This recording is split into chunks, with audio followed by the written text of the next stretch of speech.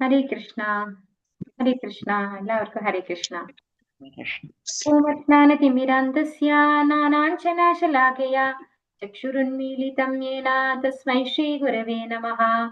ശ്രീചൈതന്യമനോഭീഷ്ടം സ്ഥാപിതം യേന ഭൂതലേ സ്വയം രൂപകഥാ മഹ്യം ദദാതി സ്വപദാന്തികം. വന്ദേഹം ശ്രീഗുരോ ശ്രീയുതപദകമലം ശ്രീഗുരുन् വൈഷ്ണവാംശ്ച ശ്രീരൂപം സാഗ്രജാതം സഹഗണ രഘുനാഥാന്വിതം തം സജീവം സാദ്വൈതം സാവധൂതം പരിജനസഹിതം കൃഷ്ണചൈതന്യദേവം ശ്രീരാധാകൃഷ്ണപാദാൻ സഹഗണ ലളിതാ ശ്രീവിശാഖാന്വിതാംശ്ച. നമോ ഓം വിഷ്ണുപാദായ കൃഷ്ണപ്രേഷ്ഠായ ഭൂതലേ ശ്രീമതേ ഭക്തിവേദാന്ത സ്വാമിൻ ഇതി നാമിനെ. നമസ്തേ സാരസ്വതേ ദേവേ ഗൗരവാണി പ്രചാരിണേ നിർവിശേഷ ശൂന്യവാദി പാശ്ചാത്യദേശതാരിണേ. വാഞ്ചാകൽപതരൂപ്യശ്ച കൃപാ സിന്ധുഭ്യേവ ച പതിതാനാം പാവനേഭ്യോ വൈഷ്ണവേഭ്യോ നമോ നമഃ. ഹേ കൃഷ്ണ കരുണാ സിന്ധു ദീനബന്ധോ ജഗത്പദേ ഗോപേശ ഗോപികാ കാന്ത രാധാ കാന്ത നമോസ്തുതേ. തപ്ത കാഞ്ചന ഗൗരാംഗീ രാധേ വൃന്ദാവനേശ്വരി വൃഷഭാനുസുതേ ദേവി പ്രണമാമി ഹരിപ്രിയേ. ജയ ശ്രീ കൃഷ്ണ ചൈതന്യ പ്രഭു നിത്യാനന്ദ ശ്രീ അദ്വൈത ഗദാധര ശ്രീവാസാദി ഗൗരഭക്തവൃന്ദ. ഹരേ കൃഷ്ണ കൃഷ്ണ കൃഷ്ണ ഹരേ ഹരേ ഹരേ രാമ രാമ രാമ ഹരേ ഹരേ. ഹരേ കൃഷ്ണ. ശ്രീ രാധാ ഗോവിന്ദ് മന്ദിർ ഇസ്കോൺ ബാംഗ്ലൂരിന്റെ ഭക്തി വൈഭവ് ക്ലാസ്സിലേക്ക് എല്ലാ ഭക്തന്മാർക്കും സ്വാഗതം. ഹരേ കൃഷ്ണ. ഓം നമോ ഭഗവതേ വാസുദേവായ. ഓം നമോ ഭഗവതേ വാസുദേവായ. ഓം നമോ ഭഗവതേ വാസുദേവായ. ജന്മാദ്യസ്യേതോന്വയാദിതരതശ്ചാത്വേഷ്വഭിഘ്നസ്വരാട് തേനേ ബ്രഹ്മഹൃദായ ആദികവയേ മുഹ്യന്തി യത്സൂരയഃ. തേജോ വാരിമൃതാം യദാ വിനിമയോ യത്ര ത്രിസർഗോ മൃഷാ ധാമ്നാ സ്വേന സദാ നിരസ്തകുഹകം സത്യം പരം ധീമഹി. ധർമ്മപ്രോഞ്ചിതകൈതവോത്ര പരമോ നിർമത്സരാണാം സദാ വേദ്യം വാസ്തവമത്ര വസ്തു ശിവതം താപത്രയോന്മൂലനം. ശ്രീമദ്ഭാഗവതേ മഹാമുനികൃതേ കിം वा പരൈരീശ്വരः സദ്യോ ഹൃദ്യവരുദ്യതേത്ര കൃതുഭിः ശുശ്രൂഷുഭിസ്തക്ഷണാത്. നിഗമകൽപതരോർഗളിതം ഫലം ശുഖമുഖാദമൃതദ്രവ സംയുതം പിബത ഭാഗവതം രസമാലയം മുഹുരഹോ രസികാ ഭുവി ഭാവുകാः. നാരായണം നമസ്കൃത്യ നരം ചൈവ നരോത്തമം ദേവീം സരസ്വതിം വ്യാസം തതോ ജയമുദിരയേത്. നഷ്ടപ്രായേഷു ഭദ്രേഷു നിത്യം ഭാഗവത സേവയാ ഭഗവതി ഉത്തമ ശ്ലോകേ ഭക്തിർഭവതി നൈഷ്ഠികീം. കൃഷ്ണായ വാസുദേവായ ദേവകീ നന്ദനായ ച നന്ദഗോപകുമാരായ ഗോവിന്ദായ നമോ നമഃ. ഹരേ കൃഷ്ണ. മദേകബന്ധു മത്സംഗിൻ മദ്ഗുരു മന്മഹാദിന മന്നിഷ്ടാരക മദ്ഭാഗ്യ മദാനന്ദാ നമോസ്തുതേ. ഗ്രന്ഥ ശ്രീമദ് ഭാഗവതം കി ജയ്. ശ്രീല പ്രഭുപാദ് കി ജയ്. ശ്രീമദ് ഭാഗവതം സ്കന്ധം 1 അധ്യായം 1 ഋഷിമാരുടെ അന്വേഷണങ്ങൾ. അപ്പോ നമ്മള് ഒന്നാമത്തെ അധ്യായത്തിന്റെ 1-ാമത്തെ ശ്ലോകം അല്ലെ, 1-ാമത്തെ സ്കന്ധത്തിൽ 1-ാമത്തെ അധ്യായത്തിൽ 1-ാമത്തെ ശ്ലോകമാണ് ഇന്ന് നോക്കാൻ പോകുന്നത്. അതുപോലെ അതിന്റെ കൂടെ ആമുഖവും നമ്മള് ആ ഭക്തി വൈഭവ കോഴ്സിനെ കുറിച്ചും അതുപോലെ ഭാഗവതത്തെ കുറിച്ചും ഒക്കെ ഒരു ആമുഖം തയ്യാറാക്കിയിട്ടുണ്ട് ഇവിടെ. ഹരേ കൃഷ്ണ. ഭക്തി വൈഭവ കോഴ്സ് ഞങ്ങളുടെ സ്ഥാപക ആചാര്യൻ ശ്രീല പ്രഭുപാദരിൽ നിന്നുള്ള വാക്കുകൾ. അപ്പൊ ശ്രീല പ്രഭുപാദര് ഒരു ലെറ്റർ, ഒരു അനിരുദ്ധനുള്ള കത്ത് ആണ് ഇവിടെ കോട്ട് ചെയ്തിരിക്കുന്നതാണ്. ഞാൻ വായിക്കാം. അങ്ങനെയെങ്കിൽ ബോയ്സ് പ്രൈമറി സ്കൂളിനൊപ്പം നമുക്ക് ഒരു വേദശാസ്ത്ര വിദ്യാലയവും ആരംഭിക്കാം. ഭഗവത്ഗീത, ശ്രീമദ് ഭാഗവതം, ശ്രീ ചൈതന്യ മഹാപ്രഭു അദ്ദേഹത്തിന്റെ ജീവിതവും ശിക്ഷണങ്ങളും, ഭക്തിരസാമൃത സിന്ധു, ബ്രഹ്മസംഹിത, കൃഷ്ണൻ തുടങ്ങിയ ഞങ്ങളുടെ പ്രസിദ്ധീകരിച്ച പുസ്തകങ്ങൾ ഞങ്ങളുടെ വേദശാസ്ത്ര വിദ്യാലയത്തിൽ പതിവായി പഠിപ്പിക്കും. ഭക്തിശാസ്ത്രി, ഭക്തിവൈഭവ്, ഭക്തി വേദാന്ത തുടങ്ങിയ പരീക്ഷകൾ നടത്തി പദവികൾ നൽകാൻ ഞങ്ങൾ ആഗ്രഹിക്കുന്നു. മുഴുവൻ പരിപാടിയും 7 വർഷം തുടരും. മേൽപ്പറഞ്ഞ പുസ്തകങ്ങളുമായി അല്പം പരിജ്ഞാനമുള്ള ആർക്കും എവിടെയും പോകാം. ഹരേ കൃഷ്ണ മഹാമന്ത്രം ജപിക്കാം. ഭഗവത് ദർശനം വിതരണം ചെയ്യാം. മേൽപ്പറഞ്ഞ ഗ്രന്ഥങ്ങളെ അടിസ്ഥാനമാക്കി ക്ലാസുകൾ നടത്താം. ലോകത്തിന് ഈ കൃഷ്ണാബോധം ആവശ്യമാണ്. അതിനായി നമുക്ക് ധാരാളം പ്രചാരകരെ സൃഷ്ടിക്കേണ്ടതുണ്ട്. 1964 4th ഫെബ്രുവരിയിൽ ലോസ് ഏഞ്ചൽസിൽ വെച്ചിട്ട് അനിരുദ്ധൻ എന്ന് പറഞ്ഞ വ്യക്തിക്ക് ശ്രീ പ്രഭുപാദർ എഴുതിയ എഴുത്താണിത്. അപ്പോ ഇതിൽ എന്താണ് പ്രഭുപാദർ പറയുന്നത്? ആ ഒരു വർഷം അല്ലെ 1969 ഈ പറഞ്ഞ പോലെയുള്ള കോഴ്സുകളൊന്നും കാര്യമായിട്ട് നടന്നിട്ടുണ്ടാവില്ല. അപ്പോൾ കൂടുതൽ കൂടുതൽ പ്രചാരകരെ ആവശ്യമുള്ളത് കൊണ്ട് ആണ് ഇങ്ങനെയുള്ള കോഴ്സസ് ഒക്കെ ഇവിടെ ഇസ്കോണിൽ പഠിപ്പിക്കുന്നത്. കാരണം ഇനിയും ആളുകൾക്ക് പ്രചാരണം ചെയ്യണമെങ്കിൽ അവർക്ക് എന്ത് വേണം? ബേസിക് നോളജ് വേണം അല്ലെ, പരിജ്ഞാനം വേണം. അതിനു വേണ്ടിയിട്ടാണ് ഈ കോഴ്സുകളൊക്കെ ഇവിടെ ചെയ്യാൻ. ഇവിടെ നമ്മള് മായാപൂര് ഇങ്ങനെയുള്ള ഇൻസ്റ്റിറ്റ്യൂഷൻ ഒക്കെ തുടങ്ങാൻ വേണ്ടിയിട്ടുള്ള ഒരു ലെറ്റർ ആണ് ഈ കൊടുത്തിരിക്കുന്നത്. അപ്പോൾ അതില് ഭക്തിശാസ്ത്രി, ഭക്തി വൈഭവ്, ഭക്തി വേദാന്ത പറയുന്നത് 7th കാൻഡോ മുതൽ 12th കാൻഡോ വരെയുള്ള പഠനം. അപ്പൊ ഇതിന്റെയൊക്കെ ബേസിക് പഠനം നടത്തിയിട്ടുള്ള ഒരു വ്യക്തിക്ക് എവിടെ വേണമെങ്കിലും സഞ്ചരിച്ച് എല്ലാവർക്കും ക്ലാസ്സുകൾ എടുക്കാനുള്ള യോഗ്യത ഉണ്ടാകും എന്നാണ് പറയുന്നത്. കാരണം അവർക്ക് അതിന് മാത്രമുള്ള ഒരു പരിജ്ഞാനം അതിലൂടെ കിട്ടിക്കഴിഞ്ഞിട്ടുണ്ടാകും.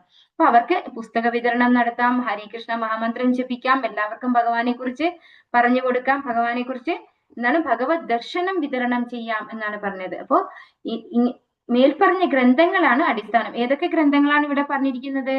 ഭഗവത്ഗീത, ഭാഗവതം, ചൈതന്യ മഹാപ്രഭു അദ്ദേഹത്തിന്റെ ജീവിതവും ശിക്ഷണങ്ങളും, ടീച്ചിങ്സ് ഓഫ് ലോർഡ് ചൈതന്യ, അതാണ് ഇംഗ്ലീഷിൽ വരുന്നത്. ഭക്തിരസാമൃത സിന്ധു, ബ്രഹ്മസംഹിത, കൃഷ്ണൻ, അങ്ങനെ ഉള്ള ഗ്രന്ഥങ്ങളാണ് ഇവിടെ എല്ലാ കോഴ്സുകളിലുമായിട്ട് പഠിപ്പിക്കുന്നത്. അപ്പൊ ഇതൊക്കെ പഠിച്ചു കഴിഞ്ഞാൽ അത് ബേസിക് നോളജ് കിട്ടിക്കഴിഞ്ഞു. അവർക്ക് ആരുടെ അടുത്ത് വേണ്ടി പോയിട്ടും ഭഗവാനെ കുറിച്ച് പറഞ്ഞു കൊടുക്കാൻ സാധിക്കും, കോൺഫിഡന്റോട് കൂടി പറഞ്ഞു കൊടുക്കാൻ സാധിക്കും എന്നാണ് ഇവിടെ പറയുന്നത്. ഞങ്ങളുടെ സ്ഥാപക ആചാര്യൻ ശിലപ്രഭുപാദരിൽ നിന്നുള്ള വാക്കുകൾ. അതീന്ദ്രിയ ആത്മീയ ശാസ്ത്രമായ ശ്രീമദ് ഭാഗവതം സർവ്വതിന്റെയും ആത്യന്തിക ഉത്പത്തി കേന്ദ്രം എന്തെന്ന് മനസ്സിലാക്കുവാൻ ഉതകുന്നു എന്ന് മാത്രമല്ല, ശരിയായ ജ്ഞാനത്തിലൂടെ മാനവ സമൂഹത്തെ സമ്പൂർണതയിലേക്ക് നയിക്കുക എന്ന നമ്മുടെ കർത്തവ്യത്തെയും ഭഗവാനോടുള്ള നമ്മുടെ ബന്ധത്തെയും ഗ്രഹിക്കാൻ നമ്മെ സഹായിക്കുകയും ചെയ്യുന്നു.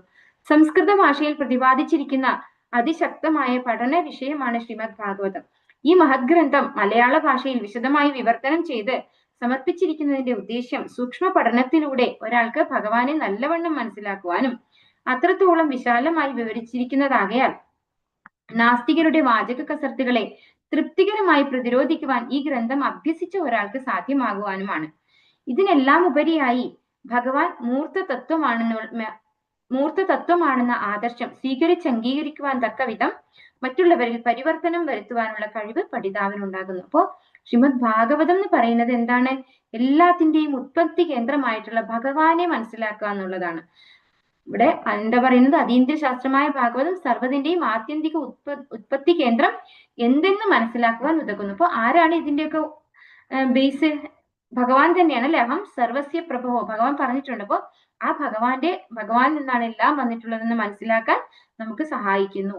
അപ്പൊ ഈ ഒരു ജ്ഞാനത്തിലൂടെ നമ്മളെ പരിപൂർണമായ സമ്പൂർണതയിലേക്ക് നയിക്കുക എന്ന കർത്തവ്യത്തെയും ഭഗവാനോടുള്ള നമ്മുടെ ബന്ധത്തെയും, അതായത് നമുക്കും ഭഗവാനും തമ്മിലൊരു ബന്ധമുണ്ട് അല്ലെ, ആ ബന്ധത്തെയും മനസ്സിലാക്കാൻ ശ്രീമദ് ഭാഗവതം നമ്മളെ സഹായിക്കുന്നു. അപ്പോൾ ഇത് സംസ്കൃതത്തിലാണ് എഴുതപ്പെട്ടിട്ടുള്ളത് ശ്രീമദ് ഭാഗവതം. ആ ശ്രീമദ് ഭാഗവതം ശിലപ്രഭുപാദർ നമുക്ക് ഏത് ഭാഷയിലാണ് തന്നത്? ഇംഗ്ലീഷ് അല്ലെ. ഇംഗ്ലീഷ് ഭാഷയിലാണ് എല്ലാവർക്കും മനസ്സിലാക്കാൻ വേണ്ടി തന്നത്. അപ്പോ ഇംഗ്ലീഷ് ഭാഷയിലുള്ള ശ്രീമദ് ഭാഗവതമാണ് നമുക്ക് മലയാളത്തിൽ ട്രാൻസ്ലേറ്റ് ചെയ്ത് തന്നിരിക്കുന്നത്. അപ്പൊ നമ്മൾക്ക് നമ്മുടെ ഭാഷയെ പഠിക്കുമ്പോൾ എന്താണ്? ആ ഭാവം കൂടെ അതിൽ കിട്ടും അല്ലെ, ഭാവത്തിൽ ഗ്രഹിക്കാൻ പറ്റും. നമുക്ക് ശരിക്കും വേറൊരു ഭാഷ നമുക്ക് നല്ല പരിചയം ഉണ്ടാവും, ഇംഗ്ലീഷൊക്കെ നമുക്ക് നല്ല അറിവുണ്ടാവും. പക്ഷെ എന്നിരുന്നാലും നമുക്ക് നമ്മുടെ ഭാഷയിൽ പഠിക്കുമ്പോൾ ഉള്ള ഒരു സുഖം ഒന്ന് വേറെ തന്നെയാണ് അല്ലെ. അതാണ് മലയാള ഭാഷയിൽ കിട്ടുമ്പോൾ കിട്ടുന്ന ഒരു വലിയൊരു പോസിറ്റീവായിട്ട് എനിക്ക് ഫീൽ ചെയ്തിട്ടുള്ളത്. അപ്പൊ ഭഗവാന് ശരിയായ രീതിയിൽ നമുക്ക് മനസ്സിലാക്കാൻ പറ്റും. അതുപോലെ ഇവിടെ ശിലപ്രഭുപാദരും ഭഗവത്ഗീതയിലും ഭാഗവതത്തിലും ഒക്കെ എടുത്തു പറയുന്ന ഒരു കാര്യമുണ്ട്. എന്താണ്? ഭഗവാൻ ശ്രീകൃഷ്ണനാണ് പരമ ദിവ്യോത്തമ പുരുഷൻ എന്നത് അല്ലെ. അത് സ്വീകരിച്ച് അംഗീകരിക്കാൻ തക്ക വിധം നമ്മളിൽ പരിവർത്തനം വരുത്താൻ ശ്രീമദ് ഭാഗവതത്തിന് സാധിക്കുന്നു. അതുപോലെ നാസ്തികരായ ആളുകൾ നമ്മളോട് തർക്കിക്കാൻ വരുമ്പോൾ അവർക്ക് നമുക്ക് ഈ ഗ്രന്ഥങ്ങളിൽ നിന്നുള്ള ശ്ലോകങ്ങളെ ഉദ്ധരിച്ചുകൊണ്ട് നമുക്ക് കൃത്യമായിട്ട് പിടിച്ചു നിൽക്കാൻ സാധിക്കും എന്നും നമുക്ക് ഇവിടെ പറഞ്ഞു തരുന്നു. അപ്പോൾ ശ്രീമദ് ഭാഗവതത്തിന്റെ പരമോന്നത സ്ഥാനം കാണാൻ പറ്റുന്നുണ്ടെന്ന് വിചാരിക്കുന്നു എല്ലാവർക്കും അല്ലെ.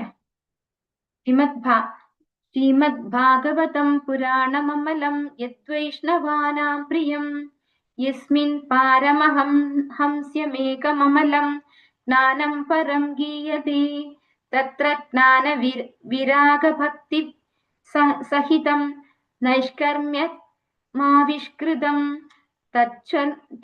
തച്ഛൃണ്വൻ സുപഠൻ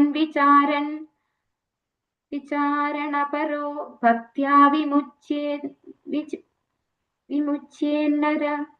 വിമുച്യേന്നര. എനിക്ക് ഹിന്ദി വായിക്കാൻ അറിയാന്നേ ഉള്ളൂ, നല്ല വൃത്തിയായിട്ട് വായിക്കാൻ എനിക്ക് അറിയില്ല, അതുകൊണ്ട് ചെറിയൊരു തപ്പൽ വരുന്നതാണ്. കളങ്കരഹിതമായ പുരാണമാണ് ശ്രീമദ് ഭാഗവതം. പരമഹംസരുടെ ശുദ്ധവും പരമോന്നതവുമായ ജ്ഞാനത്തെ വിവരിക്കുന്നതിനാൽ വൈഷ്ണവർക്ക് ഇത് ഏറ്റവും പ്രിയപ്പെട്ടതാണ്. അപ്പോ അമലം പുരാണം അല്ലെ, ശ്രീമദ് ഭാഗവതം അമലം പുരാണം. ഇത് ശ്രീമദ് ഭാഗവതത്തിൽ തന്നെ 12ാമത്തെ സ്കന്ധത്തില് 13ാമത്തെ അധ്യായത്തില് 18ാമത്തെ ശ്ലോകമാണ്. അപ്പോ ഈ ശ്ലോകത്തിൽ ഇതിൽ തന്നെ എന്താ പറയുന്നത്? ശ്രീമദ് ഭാഗവതം എന്ന് പറയുന്നത് അമലം പുരാണം എന്നാണ് പറയുന്നത്. കളങ്കരഹിതമായ പുരാണമാണ് ശ്രീമദ് ഭാഗവതം. പരമഹംസരുടെ ശുദ്ധവും പരമോന്നതവുമായ ജ്ഞാനത്തെ വിവരിക്കുന്നതിൽ വൈഷ്ണവർക്ക് ഇത് ഏറ്റവും പ്രിയപ്പെട്ടതാണ്. പരമഹംസർ എന്ന് പറഞ്ഞാൽ ആരാണ്? ഭഗവാന്റെ ശുദ്ധഭക്തന്മാരാണ് അല്ലെ. പരമഹംസരായിട്ടുള്ളവർ എന്ന് പറഞ്ഞു കഴിഞ്ഞാൽ ഭഗവാനെ കുറിച്ച് വ്യക്തമായിട്ട് മനസ്സിലാക്കിയിട്ടുള്ള ഭഗവാന്റെ ശുദ്ധ ഭക്തന്മാരാണ്.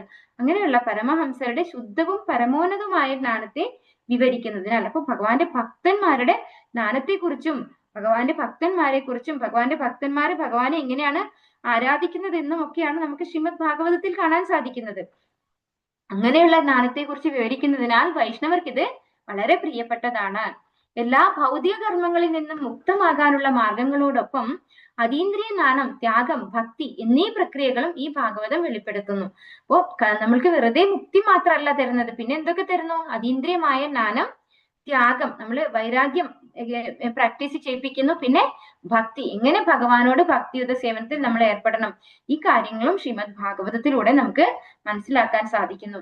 ശ്രീമദ് ഭാഗവതം മനസ്സിലാക്കാൻ ഗൗരവമായി ശ്രമിക്കുന്ന ഏതൊരാളും യഥാവിധി കേൾക്കുകയും ഭക്തിയോടെ ജപിക്കുകയും ചെയ്യുന്നവർ പൂർണ്ണമായി മുക്തി നേടുന്നു. അപ്പോൾ നമ്മൾ ഗൗരവമായിട്ട് വേണം ശ്രീമദ് ഭാഗവത പഠനം എടുക്കാനായിട്ട്. ഗൗരവമായിട്ട് ഇത് പഠിക്കാൻ ശ്രമിക്കുന്ന ഏതൊരാളും അത് യഥാവിധി കേൾക്കുകയും ഭക്തിയോട് ജപിക്കുകയും ചെയ്യുന്നവർ, ഭഗവാന്റെ ശുദ്ധ ഭക്തന്മാർ, അതായത് നമുക്ക് ഭഗവാനെ ഭക്തിയോടുകൂടി സേവിക്കണം എന്നുള്ള ആഗ്രഹത്തോടു കൂടി നമ്മൾ ഭഗവാനെ കുറിച്ച് കേൾക്കണം, ഭഗവാന്റെ നാമം ജപിക്കണം, അങ്ങനെയുള്ളവർ പൂർണ്ണമായ മുക്തി നേടുന്നു എന്നിവിടെ പറയുന്നു. ശ്രീമദ് ആദിമധ്യാവസാനേഷു വൈരാഗ്യാഖ്യാന സംയുതം ഹരിലീലാ കഥാവ്രാത മൃദാനന്ദിത സത്സുരം. തുടക്കം മുതൽ അവസാനം വരെ ശ്രീമദ് ഭാഗവതം ഭൗതിക ജീവിതത്തെ ത്യജിക്കുന്നതിന് പ്രോത്സാഹിപ്പിക്കുന്ന വിവരണങ്ങളും അതുപോലെ തന്നെ ഭക്തന്മാർക്കും ദേവന്മാർക്കും ആനന്ദം നൽകുന്ന ഭഗവാൻ ഹരിയുടെ അതീന്ദ്രിയ ലീലകളെ കുറിച്ചുമുള്ള അമൃത വിവരണങ്ങളാലും നിറഞ്ഞതാണ്. ഇത് ശ്രീമദ് ഭാഗവതത്തിലെ തന്നെ വരികളാണ്. 12ാമത്തെ സ്കന്ധം 13ാമത്തെ അധ്യായം 11-12 ശ്ലോകങ്ങളാണ് ഇവിടെ പറയുന്നത്. അപ്പോൾ ഇത് ആദ്യത്തേത് 11ാമത്തെ ശ്ലോകമാണ്. അപ്പോൾ തുടക്കം മുതൽ അവസാനം വരെ, ഫ്രം ദ റൈറ്റ് ബിഗിനിങ് അല്ലെ, 1ാമത്തെ സ്കന്ധം മുതൽ 12ാമത്തെ സ്കന്ധം വരെ ശ്രീമദ് ഭാഗവതം ഭൗതിക ജീവിതത്തെ ത്യജിക്കുന്നതിന്, ഇപ്പൊ ഞാൻ നേരത്തെ തുടക്കത്തിൽ ചൊല്ലിയ 2ാമത്തെ ശ്ലോകം ഉണ്ട്, ധർമ്മ പ്രോഞ്ചിത കൈതവോത്ര പരമോ നിർമ്മത്സരാണ്. അതില് ധർമ്മ പ്രോഞ്ചിത കൈതവ എന്ന് പറയുന്നത് തന്നെ കൈതവ ധർമ്മത്തെ ത്യജിക്കുക എന്നാണ്. അപ്പൊ ഈ 1ാമത്തെ സ്കന്ധം മുതൽ അവസാനം വരെയും ഇത് എന്താ പറഞ്ഞു തരുന്നത്? ശ്രീമദ് ഭാഗവതം ഭൗതിക ജീവിതത്തെ ത്യജിക്കുന്നതിന് പ്രോത്സാഹിപ്പിക്കുന്ന വിവരണങ്ങളും അതുപോലെ തന്നെ ഭക്തന്മാർക്കും ദേവന്മാർക്കും ആനന്ദം നൽകുന്ന ഭഗവാൻ ഹരിയുടെ അതീന്ദ്രിയ ലീലകളെ കുറിച്ചുള്ള അമൃത വിവരണങ്ങളും നിറഞ്ഞതാണ്. അപ്പൊ ഇങ്ങനെ നമ്മള് നമ്മുടെ ഭൗതിക ജീവിതത്തിലെ ഭൗതികമായ ആഗ്രഹങ്ങളെ അതൊക്കെ ഉപേക്ഷിക്കണം. അതുപോലെ തന്നെ ഭക്തന്മാർക്കും ദേവന്മാർക്കും ആനന്ദം നൽകുന്ന ഭഗവാൻ ഹരിയുടെ അതീന്ദ്രിയ ലീലകളെ കുറിച്ചുള്ള അമൃത വിവരണങ്ങളും നിറഞ്ഞതാണ്. അപ്പോ നമ്മള് ശ്രീമദ് ഭഗവത്ഗീതയിൽ തന്നെ പഠിച്ചിട്ടുണ്ട് എന്ത്? ജന്മകർമ്മജമേ ദിവ്യം ഏവം യോ വേതി തത്വതഃ തിക്ത്വാ ദേഹം പുനർജന്മ നൈതി മാമേതി സോർജുന അല്ലെ. ഭഗവാന്റെ ലീല കഥകളൊക്കെ നമ്മൾ കേട്ട് കഴിഞ്ഞാൽ നമുക്ക് ഇനി ഒരിക്കൽ കൂടെ ഇവിടെ ജനിക്കേണ്ടി വരില്ല, ജന്മ മരണ ചക്രത്തിൽ നമ്മൾ വരില്ല എന്ന് നമ്മൾ പഠിച്ചിട്ടുണ്ട് അല്ലെ. സർവവേദാന്ത സാരം യത് ബ്രഹ്മാത്മൈകത്വലക്ഷണം വസ്തുദ്വിതീയം താനിഷ്ഠം കൈവല്യൈക പ്രയോജനം. ഈ ഭാഗവതം എല്ലാ വേദാന്തത്തിന്റെ സാരാംശമാണ്. കാരണം അതിന്റെ വിഷയം പരമസത്യമാണ്. അത് ആത്മാവിൽ നിന്ന് വ്യത്യസ്തമല്ലെങ്കിലും അദ്വിതീയനും പരമമായ യാഥാർത്ഥ്യവുമാണ്. ഈ ഗ്രന്ഥത്തിന്റെ ലക്ഷ്യം ആ പരമസത്യത്തോടുള്ള സമ്പൂർണമായ ഭക്തിയുത സേവനമാണ്.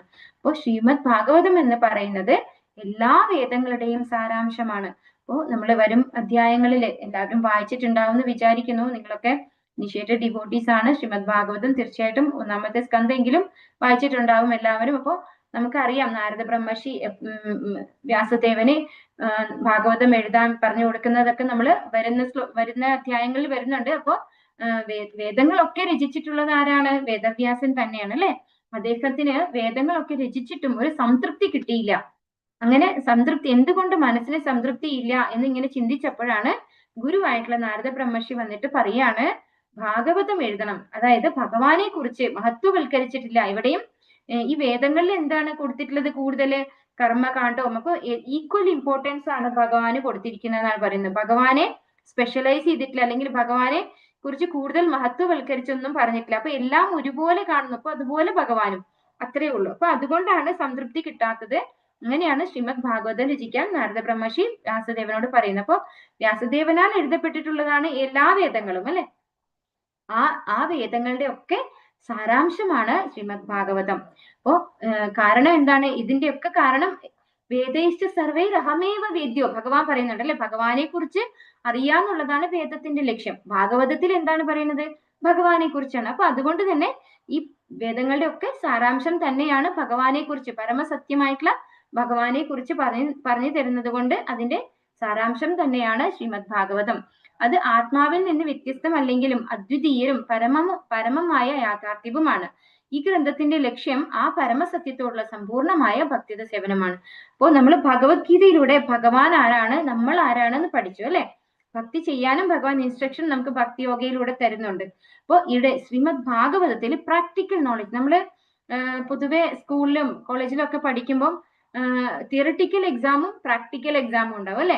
തിയറിറ്റിക്കൽ എക്സാം ആയിട്ട് നമ്മൾ ഭഗവത്ഗീത പഠിച്ചു. ഇനി ഇവിടെ പ്രാക്ടീസിങ് ആണ്. ഭാഗവതം എന്ന് പറയുന്നത് എങ്ങനെ ഭക്തി ചെയ്യാന്നുള്ളത് പ്രാക്ടീസ് ചെയ്യാനുള്ള ഒരു ഗ്രന്ഥമാണ്. അത് നമുക്ക് എല്ലാവരും ഭക്തന്മാർ എങ്ങനെയാണ് ഭഗവാനെ ആരാധിച്ചതെന്ന് നമുക്ക് ഇവിടെ മനസ്സിലാക്കാൻ സാധിക്കും. അർത്ഥോയം ബ്രഹ്മഭൂതാനാം ഭാരതാർത്ഥ വിനിർണയഃ ഗായത്രി ഭാഷ്യരൂപോസൗ വേദാർത്ഥ പരിബൃംഹിതഃ പുരാണാനം സാമരൂപഃ സാക്ഷാത് ഭഗവതോദിതഃ ദ്വാദശസ്കന്ധയുക്തോയം ശതവിച്ഛേദ സംയുതഃ ഗ്രന്ഥോഷ്ടദശസഹസ്രഃ ശ്രീമദ് ഭാഗവതാഭിധഃ. വേദാന്ത സൂത്രത്തിന്റെ അർത്ഥം ശ്രീമദ് ഭാഗവതത്തിലുണ്ട്. മഹാഭാരതത്തിന്റെ പൂർണ്ണ അർത്ഥവും അവിടെയുണ്ട്. ബ്രഹ്മഗായത്രിയുടെ വ്യാഖ്യാനവും അവിടെയുണ്ട്. എല്ലാ വേദജ്ഞാനങ്ങളോടും കൂടി പൂർണ്ണമായി വിപുലീകരിച്ചിരിക്കുന്നു. ശ്രീമദ് ഭാഗവതം പരമോന്നത പുരാണമാണ്. വ്യാസദേവനായി അവതാരമെടുത്ത പരമദിവ്യോത്തമ പുരുഷനാണ് ഇത് സമാഹരിച്ചത്. 12 സ്കന്ധങ്ങളും 335 അധ്യായങ്ങളും 18,000 ശ്ലോകങ്ങളുമുണ്ട്. ചൈതന്യ ചരിതാമൃതം മധ്യലീല 25, 141, 144 ശ്ലോകങ്ങളിൽ നിന്ന് ഉദ്ധരിച്ചത് ഗരുഡ പുരാണത്തിൽ നിന്ന്. അപ്പൊ ഈ ശ്ലോകം വന്നിട്ട് ഗരുഡ പുരാണത്തിലുള്ള ശ്ലോകമാണ്. ഇത് ചൈതന്യ ചരിതാമൃതം മധ്യലീല 25-ാമത്തെ അധ്യായം 25, 143, 144 ശ്ലോകങ്ങളാണ്. അപ്പൊ ഇവിടെ പറയുന്നത് എന്താണ്? വേദാന്ത സൂത്രവും ബ്രഹ്മഗായത്രിയും ഒക്കെ മഹാഭാരതത്തിന്റെ പൂർണ്ണാർത്ഥവും ഒക്കെ ഇതിലുണ്ടെന്ന് പറയുന്നു. ശ്രീമദ് ഭാഗവതത്തിലുണ്ട്. അതുപോലെ ഭാഗവതത്തില് എങ്ങനെ ഡിവൈഡ് ചെയ്തിരിക്കുന്നത്? 12 സ്കന്ധങ്ങള്, 335 അധ്യായങ്ങള്, 18,000 ശ്ലോകങ്ങള്. ഈ 18,000 ശ്ലോകങ്ങള് നമ്മള് ഓറിയന്റേഷൻ ക്ലാസ്സിൽ പറഞ്ഞു. അതിൽ എണ്ണി നോക്കിയാൽ നമുക്ക് 14,000 ശ്ലോകങ്ങളോളമേ കാണാൻ സാധിക്കുള്ളൂ. അതിന്റെ ഡിവിഷൻ വന്നിട്ട് നമ്മൾ വ്യത്യസ്ത ഛന്ദസ്സില് ഭാഗവതത്തില് വരികളുണ്ട് അല്ലെ. അതിൽ ഒരു നോർമൽ ഛന്ദസ് ഉണ്ട്. നമ്മളിപ്പോ ഈ ശ്ലോകങ്ങളൊക്കെ ചൊല്ലിയതുപോലെയുള്ള ഒരു വരികള്. അതിനകത്ത് വരുന്നത് ഈ ചില്ലക്ഷരങ്ങൾ കൂട്ടാതെ, അതായത് ഫുൾ അക്ഷരമായിട്ടുള്ള അക്ഷരങ്ങൾ 8+8, അതാണ് ഒരു വരി. 16 അക്ഷരങ്ങൾ. അങ്ങനെ 32 അക്ഷരങ്ങളാണ് ഒരു ശ്ലോകം. അപ്പൊ അതിന് ഒരു ആധികാരികത ഉണ്ട്. ആ ആധികാരിക പ്രകാരം നമ്മൾ കുറെ ശ്ലോകങ്ങള് വ്യത്യസ്തമായിട്ടുള്ള ഛന്ദസ്സിൽ വരുന്നുണ്ട്. അപ്പൊ അവിടെ എക്സ്ട്രാ ലെറ്റേഴ്സ് വരുന്നുണ്ട്. അപ്പൊ അങ്ങനെ കറക്റ്റ് ആയിട്ട് ഫുൾ ലെറ്റേഴ്സ് കൗണ്ട് ചെയ്തിട്ട് അതിനെ ഡിവൈഡഡ് ബൈ 32 ചെയ്യുമ്പോഴാണ് ഈ 18,000 ശ്ലോക വരുന്നത്. ക്ലിയർ ആവുന്നുണ്ടെന്ന് വിചാരിക്കുന്നു. എടുക്കുന്നത് മനസ്സിലാവുന്നുണ്ടോ? ഞാൻ ആദ്യമായിട്ടാണ് വൈഭവ് ക്ലാസ് എടുക്കുന്നത്. എന്തെങ്കിലും പ്രശ്നം ഉണ്ടെങ്കിൽ എന്നോട് പറയണം. തന്നെ നമുക്ക് റെക്ടിഫൈ ചെയ്യാവുന്നതാണ്. ഹരേ കൃഷ്ണ. മനസ്സിലാവുന്നുണ്ടോ എല്ലാവർക്കും? ഹരേ കൃഷ്ണ മാതാജി. 16 + 16 ഒരു വരിയില് 16. നമ്മൾ സ്പ്ലിറ്റ് ചെയ്ത് ചൊല്ലുമ്പോ 8 + 8 ഒരു വരിയിൽ 16 അക്ഷരങ്ങളാണ്. ഒരു വരി നമ്മൾ സ്പ്ലിറ്റ് ചെയ്താണല്ലോ ചൊല്ലാറുള്ളത്. അപ്പൊ 8 8 അങ്ങനെ 16 അക്ഷരങ്ങൾ ഒരു വരിയില്, 2 വരിയിലും കൂടി 32. ആത്യന്തിക ഉദ്ഭവ കേന്ദ്രം ഏതെന്ന വ്യാഖ്യാനത്തിലൂടെ ശ്രീമദ് ഭാഗവതം ആരംഭിക്കുന്നു. ശില വ്യാസദേവനാൽ രചിക്കപ്പെട്ട വേദാന്ത സൂത്രത്തിന്റെ നിർവ്യാജമായ വ്യാഖ്യാനമാണ് ഈ മഹത് ഗ്രന്ഥം. കലിയുടെ സ്വാധീനത്താൽ അന്ധകാരത്തിൽ കഴിയുന്ന ഈ ലോകത്തിലെ ജനങ്ങൾക്ക് വെളിച്ചം നൽകാൻ കലിയുഗ ആരംഭത്തിൽ അദ്ദേഹം എഴുതിയത്. അപ്പോ ശ്രീമദ് ഭാഗവതം ആത്യന്തികമായ ഉദ്ഭവ കേന്ദ്രം ഏതെന്ന വ്യാഖ്യാനത്തിലൂടെ ആരംഭിക്കുന്നത് ജന്മാദ്യസ്യ എന്ന് പറഞ്ഞുകൊണ്ടാണ് തുടങ്ങുന്നത്, അല്ലെ? ആത്യന്തികമായ ഉദ്ഭവ കേന്ദ്രം ഏതാണെന്ന് പറഞ്ഞുകൊണ്ടാണ് ശ്രീമദ് ഭാഗവതം ആരംഭിക്കുന്നത്. വ്യാസദേവനാൽ രചിക്കപ്പെട്ട വേദാന്ത സൂത്രത്തിന്റെ നിർവ്യാജമായ വ്യാഖ്യാനമാണ് ഈ മഹത് ഗ്രന്ഥം. അപ്പോ വ്യാസദേവൻ എഴുതിയ വേദസൂത്രങ്ങളുടെ കൂടെ വ്യാഖ്യാനമാണ്. കലികാലത്തില് നമ്മളൊക്കെ ഉള്ളത് കലികാലത്തിലാണ്, അല്ലെ? കലിയുടെ സ്വാധീനത്താൽ അന്ധകാരത്തിൽ കഴിയുന്ന ഈ ലോകത്തിലെ ജനങ്ങൾക്ക് വെളിച്ചം നൽകാൻ വേണ്ടിയാണ് ശ്രീല വ്യാസദേവൻ കലിയുഗ ആരംഭത്തിൽ ഈ ഗ്രന്ഥം എഴുതിയിട്ടുള്ളത്. ഇതൊക്കെ നമ്മുടെ ആമുഖത്തിലുള്ളതാണ്. എല്ലാവരും വായിച്ചു വന്നിട്ടുണ്ടാവും എന്ന് വിചാരിക്കുന്നു. അതേവ ഭാഗവത സൂത്രേര അർത്ഥരൂപ നിജകൃത സൂത്രേര നിജ ഭാസ്യ സ്വരൂപ. ചൈതന്യ ചരിതാമൃതം മധ്യലീല 25-142 നിന്നുള്ള ശ്ലോകാണ്. വേദാന്ത സൂത്രത്തിന്റെ യഥാർത്ഥ അർത്ഥം ശ്രീമദ് ഭാഗവതം നൽകുന്നു. വേദാന്ത സൂത്രത്തിന്റെ രചയിതാവ് വ്യാസദേവനാണ്. അദ്ദേഹം തന്നെ ആ സൂത്രങ്ങളെ ശ്രീമദ് ഭാഗവതത്തിന്റെ രൂപത്തിൽ വിശദീകരിച്ചിട്ടുണ്ട്. അപ്പൊ വേദാന്ത സൂത്രം ഉണ്ടാക്കിയതും വ്യാസദേവൻ തന്നെയാണ്. ആ വേദാന്ത സൂത്രങ്ങളൊക്കെ ശ്രീമദ് ഭാഗവതത്തിൽ അതിന്റെ യഥാർത്ഥ അർത്ഥം നമുക്ക് കാണാൻ സാധിക്കുന്നത് ഭാഗവതത്തിലാണെന്ന് പറയുന്നു. സർവവേദേതിഹാസാനാം സാരം സാരം സമുദ്രിതം. എല്ലാ വേദ സാഹിത്യങ്ങളുടെയും എല്ലാ പുരാണങ്ങളുടെയും സാരാംശം ശ്രീമദ് ഭാഗവതത്തിൽ ശേഖരിച്ചിട്ടുണ്ട്. 25-145 മധ്യലീല ചൈതന്യ ചരിതാമൃതം. സർവവേദാന്ത സാരം ഹി ശ്രീമദ് ഭാഗവതം ഇഷ്യതേ തദ്രസാമൃത തൃപ്തസ്യ നാന്യത്ര ക്വചിത്. എല്ലാ വേദ സാഹിത്യത്തിന്റെയും സത്തയായി ശ്രീമദ് ഭാഗവതം അംഗീകരിക്കപ്പെട്ടിരിക്കുന്നു. ശ്രീമദ് ഭാഗവതത്തിന്റെ അതീന്ദ്രിയ രസം ആസ്വദിക്കുന്നവൻ ഒരിക്കലും മറ്റൊരു സാഹിത്യത്തിലേക്കും ആകർഷിക്കപ്പെടുന്നില്ല. ഇതും ചൈതന്യ ചരിതാമൃതം മധ്യലീല 25-146 പറഞ്ഞിട്ടുണ്ട്. അതുപോലെ ശ്രീമദ് ഭാഗവതത്തിൽ ഇതേ ശ്ലോകം തന്നെ 12, 13, 15 12ാമത്തെ സ്കന്ധം 13ാമത്തെ അധ്യായം 15ാമത്തെ ശ്ലോകമായിട്ട് വരുന്നുണ്ട്. അപ്പൊ ഇവിടെ എന്താ പറയുന്നത്? എല്ലാ വേദ സാഹിത്യത്തിന്റെയും സാരസത്തയായിട്ടാണ് ശ്രീമദ് ഭാഗവതത്തെ അംഗീകരിച്ചിരിക്കുന്നത്. അങ്ങനെയുള്ള ശ്രീമദ് ഭാഗവതം ആസ്വദിച്ച ഒരു വ്യക്തിക്ക് മറ്റൊരു സാഹിത്യത്തിലേക്കും ആകർഷണം ഉണ്ടാവില്ല എന്ന് പറയുന്നു. ആത്യന്തികമായ ഉദ്ഭവ കേന്ദ്രം ഏതെന്ന വ്യാഖ്യാനത്തിലൂടെ ശ്രീമദ് ഭാഗവതം ആരംഭിക്കുന്നു. ശില വ്യാസദേവനാൽ രചിക്കപ്പെട്ട വേദാന്ത സൂത്രത്തിന്റെ നിർവ്യാജമായ വ്യാഖ്യാനമാണ് ഈ മഹത് ഗ്രന്ഥം. അങ്ങനെ നവസ്കന്ധങ്ങളിലായി ക്രമേണ വർദ്ധിതമായി ഭഗവത് സാക്ഷാത്കാരത്തിന്റെ അത്യുന്നത അവസ്ഥയെ പ്രാപിക്കുന്നു. ഒരു സാധാരണ ഗ്രന്ഥം എന്ന പോലെ ഇടയ്ക്കും മുറയ്ക്കുമല്ലാതെ പടിപടിയായി വായിച്ചു പുരോഗമിക്കണമെന്ന ആവശ്യമാണ് അതീന്ദ്രിയ ആത്മീയ വിജ്ഞാന ശാസ്ത്രമാകുന്ന ഈ മഹത് ഗ്രന്ഥ അഭ്യസനത്തിന് ആവശ്യമായ ഏക യോഗ്യത. അപ്പൊ ഇവിടെ എന്താ പറയുന്നത്? ശ്രീമദ് ഭാഗവതം ആരംഭിക്കുന്നത് ജന്മാദ്യസ്യ എന്ന് പറഞ്ഞുകൊണ്ടാണ് ആരംഭിക്കുന്നത്. അപ്പോ അത് എന്താണ്? എല്ലാറ്റിന്റെയും ഉദ്ഭവ കേന്ദ്രം ഭഗവാനാണ്, അല്ലെ? ജന്മാദി, അതായത് എല്ലാറ്റിന്റെയും പ്രഭവ കേന്ദ്രം ഭഗവാനാണ് എന്ന് പറഞ്ഞുകൊണ്ടാണ് ശ്രീമദ് ഭാഗവതം തുടങ്ങുന്നത്. അത് നവസ്കന്ധങ്ങളിലായിട്ടാണ്. അതായത് നമ്മൾ 12 സ്കന്ധമാണ് ഉള്ളത്. അതിൽ 10ാമത്തെ സ്കന്ധം എന്താണ്? ഭഗവാന്റെ ലീലാകഥകളാണ്, അല്ലെ? അത് വരെയുള്ള സ്കന്ധങ്ങളാണ് ഇവിടെ പറയുന്നത്. നവസ്കന്ധങ്ങളിലായി ക്രമേണ വർദ്ധിതമായി ഭഗവത് സാക്ഷാത്കാരത്തിന്റെ അത്യുന്നത അവസ്ഥയെ പ്രാപിക്കുന്നു. അപ്പോ നമ്മള് സ്റ്റാർട്ടിങ്ങിൽ തന്നെ ഭഗവാനെ കുറിച്ച് പറഞ്ഞിരിക്കുന്നത് 10ാമത്തെ സ്കന്ധത്തിലാണല്ലോ എന്ന് കരുതി നേരിട്ട് 10ാമത്തെ സ്കന്ധത്തിൽ കയറി വായിക്കാൻ പാടില്ല. നമ്മൾ അറിയണം, അല്ലെ? സ്റ്റാർട്ടിങ് മുതൽ 1, 2, 3 തുടങ്ങി അങ്ങനെ 9 സ്കന്ധങ്ങളിലായിട്ട് നമ്മൾ പടിപടിയായിട്ട് ഉയർന്നു വരണം എന്നാണ് പറയുന്നത്. അത് ഇടയ്ക്കും മുറയ്ക്കും അല്ലാതെ പടിപടിയായി വായിച്ച് പുരോഗമിക്കണം. അത് പുരോഗമിക്കണം എന്ന ആവശ്യമാണ് അതീന്ദ്രിയ ആത്മീയ വിജ്ഞാന ശാസ്ത്രമാകുന്ന ഈ മഹത് ഗ്രന്ഥ അഭ്യസനത്തിന് ആവശ്യമായ ഏക യോഗ്യത. അപ്പോൾ നമ്മള് തുടക്കം മുതൽ പഠിക്കുക എന്നുള്ളതാണ് ഒരേ ഒരു യോഗ്യത പറയുന്നത്. ഓരോരോ അധ്യായമായി ഒന്നിനു പിറകെ മറ്റൊന്നായി നിഷ്ഠയോടെ അഭ്യാസിക്കണം. യഥാർത്ഥ സംസ്കൃത മൂലഗ്രന്ഥത്തിൽ പ്രതിപാദിച്ചിരിക്കുന്ന അതേ രീതിയിലാണ് സംഗതികളെ ഈ മലയാള വിവർത്തനത്തിലും മലയാള പരിഭാഷ, അർത്ഥം, വ്യാഖ്യാനം, ആശയം എന്നീ ക്രമത്തിൽ വിവരിച്ചിരിക്കുന്നത്. ഇതിന്റെ മുഖ്യ ഉദ്ദേശം ആദ്യ നവസ്കന്ധങ്ങളും പൂർത്തിയാക്കുന്ന പഠിതാവ് നിശ്ചയമായും ഭഗവത് സാക്ഷാത്കാരം സിദ്ധിച്ച ഒരു ആത്മാവായി തീരണം എന്നതാണ്. അപ്പോൾ നമ്മൾ 9ാമത്തെ സ്കന്ധം വരെ വായിച്ചു കഴിയുമ്പോഴേക്കും തന്നെ നമുക്ക് ആത്മസാക്ഷാത്കാരം, ഭഗവാനെ കുറിച്ച് മനസ്സിലാക്കാനുള്ള ഒരു കഴിവ് നമുക്ക് കിട്ടിയിട്ടുണ്ടാവും. ശരിയായ രീതിയിൽ അല്ലെ, ശരിയായ രീതിയിൽ നമ്മളത് വായിക്കുകയാണെങ്കിൽ, മനസ്സിലാക്കിക്കൊണ്ട് വായിക്കുകയാണെങ്കിൽ നമുക്ക് ആത്മസാക്ഷാത്കാരം ലഭിക്കും എന്നാണ് പറയുന്നത്. ദശമസ്കന്ധം പൂർവ്വ നവസ്കന്ധങ്ങളിൽ നിന്നും തികച്ചും വിഭിന്നമാണ്. ദശമസ്കന്ധത്തിൽ പരമദിവ്യോത്തമ പുരുഷനായ ശ്രീകൃഷ്ണ ഭഗവാന്റെ അതീന്ദ്രിയവും സർവാതിശായിയും ആത്മജ്ഞാനപരവുമായ ലീലകളെ മനോജ്ഞ ഗംഭീരമായും സ്പഷ്ടമായും പ്രതിപാദിച്ചിരിക്കുന്നു. ആദ്യ നവസ്കന്ധങ്ങളും അഭ്യസിക്കാത്ത ഒരാൾക്ക് ദശമസ്കന്ധം പൂർണ്ണമായും ഉൾക്കൊള്ളുക അസാധ്യമാണ്. ഈ മഹദ്ഗ്രന്ഥം തികച്ചും സ്വച്ഛന്തമായ 12 സ്കന്ധങ്ങളാൽ സമ്പൂർണമാണെന്ന് വരികിലും ഓരോരോ സ്കന്ധങ്ങളായി ക്രമാനുഗതമായി പഠിച്ചു ഗ്രഹിക്കുന്നതാണ് ഏവർക്കും അഭികാമ്യം. അപ്പോൾ നമ്മള് ക്വാളിഫൈഡ് ആവില്ല 10th കാൻഡോയിലേക്ക് ഡയറക്റ്റ് പോവുകയാണെങ്കിൽ എന്ന് പറയുന്നത് അല്ലെ.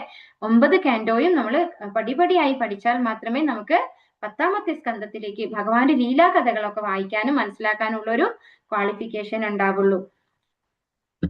അത് ശരിയായ രീതിയിൽ നമുക്ക് മനസ്സിലാക്കണമെങ്കിൽ അത് തന്നെ ഈ പടിപടിയായിട്ടുള്ള അപ്രോച്ച് തന്നെ വേണം എന്ന് പറയുന്നു ഇവിടെ.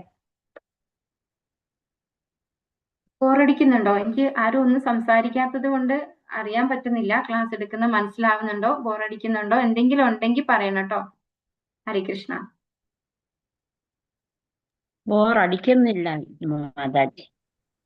ശ്രീമദ് ഭാഗവതം അവതരിപ്പിച്ചതിലുള്ള എന്റെ ചപലതയെ ഞാൻ അംഗീകരിക്കുന്നുണ്ടെങ്കിലും താഴെ പ്രസ്താവിച്ചിരിക്കുന്ന ശ്രീമദ് ഭാഗവത ശ്ലോകത്തിന്റെ പ്രഭാവശക്തിയാൽ സാമൂഹിക നായകന്മാരും ചിന്തകന്മാരും ഈ ഗ്രന്ഥത്തെ ഉത്സാഹപൂർവ്വം വരവേൽക്കുമെന്ന് ഞാൻ പ്രതീക്ഷിക്കുന്നു. തദ്വാഗിസർഗോ ജനതാഘ വിപ്ലവോ യസ്മിൻ പ്രതിശ്ലോകമബദ്ധവത്യപി നാമാന്യനന്ദസ്യ യശോങ്കിതാനി യത് ശൃണ്വന്തി ഗായന്തി ഗൃണന്തി സാധവഃ. നമ്മൾ നേരത്തെ പറഞ്ഞു ഭാഗവത ശ്ലോകം 8 അക്ഷരങ്ങളായിട്ടാണെന്ന്. ഈ ഒരു ശ്ലോകത്തിൽ വന്നിട്ട് അത് വ്യത്യാസം വരുന്നുണ്ട്. ആ ഒരു 4 വരി വരുന്ന ശ്ലോകങ്ങളിൽ ആ അക്ഷരങ്ങളുടെ ഘടന വ്യത്യാസം വരുന്നുണ്ട്. ഇവിടെ അധികം അക്ഷരങ്ങൾ വരുന്നുണ്ട്. ഒരു ശ്ലോകമാണ് ഇത് ഈ തന്നിരിക്കുന്നതെങ്കിലും ഇതിൽ അക്ഷരങ്ങൾ കൂടുതലുണ്ട്. അപ്പൊ ഇതുപോലെയുള്ള കുറെ ശ്ലോകങ്ങൾ ഉണ്ടാവും. അപ്പൊ അവിടെയാണ് ഈ ഡിവിഷൻ വരുന്നത്. നമ്മൾ 18,000 ശ്ലോകാസ് എന്ന് പറഞ്ഞാല്. അപ്പൊ ഈ ഒരു ശ്ലോകം ഇതെവിടെയാ വരുന്നത്? ഇത് ശ്രീമദ് ഭാഗവതത്തിലെ തന്നെ ശ്ലോകമാണ്.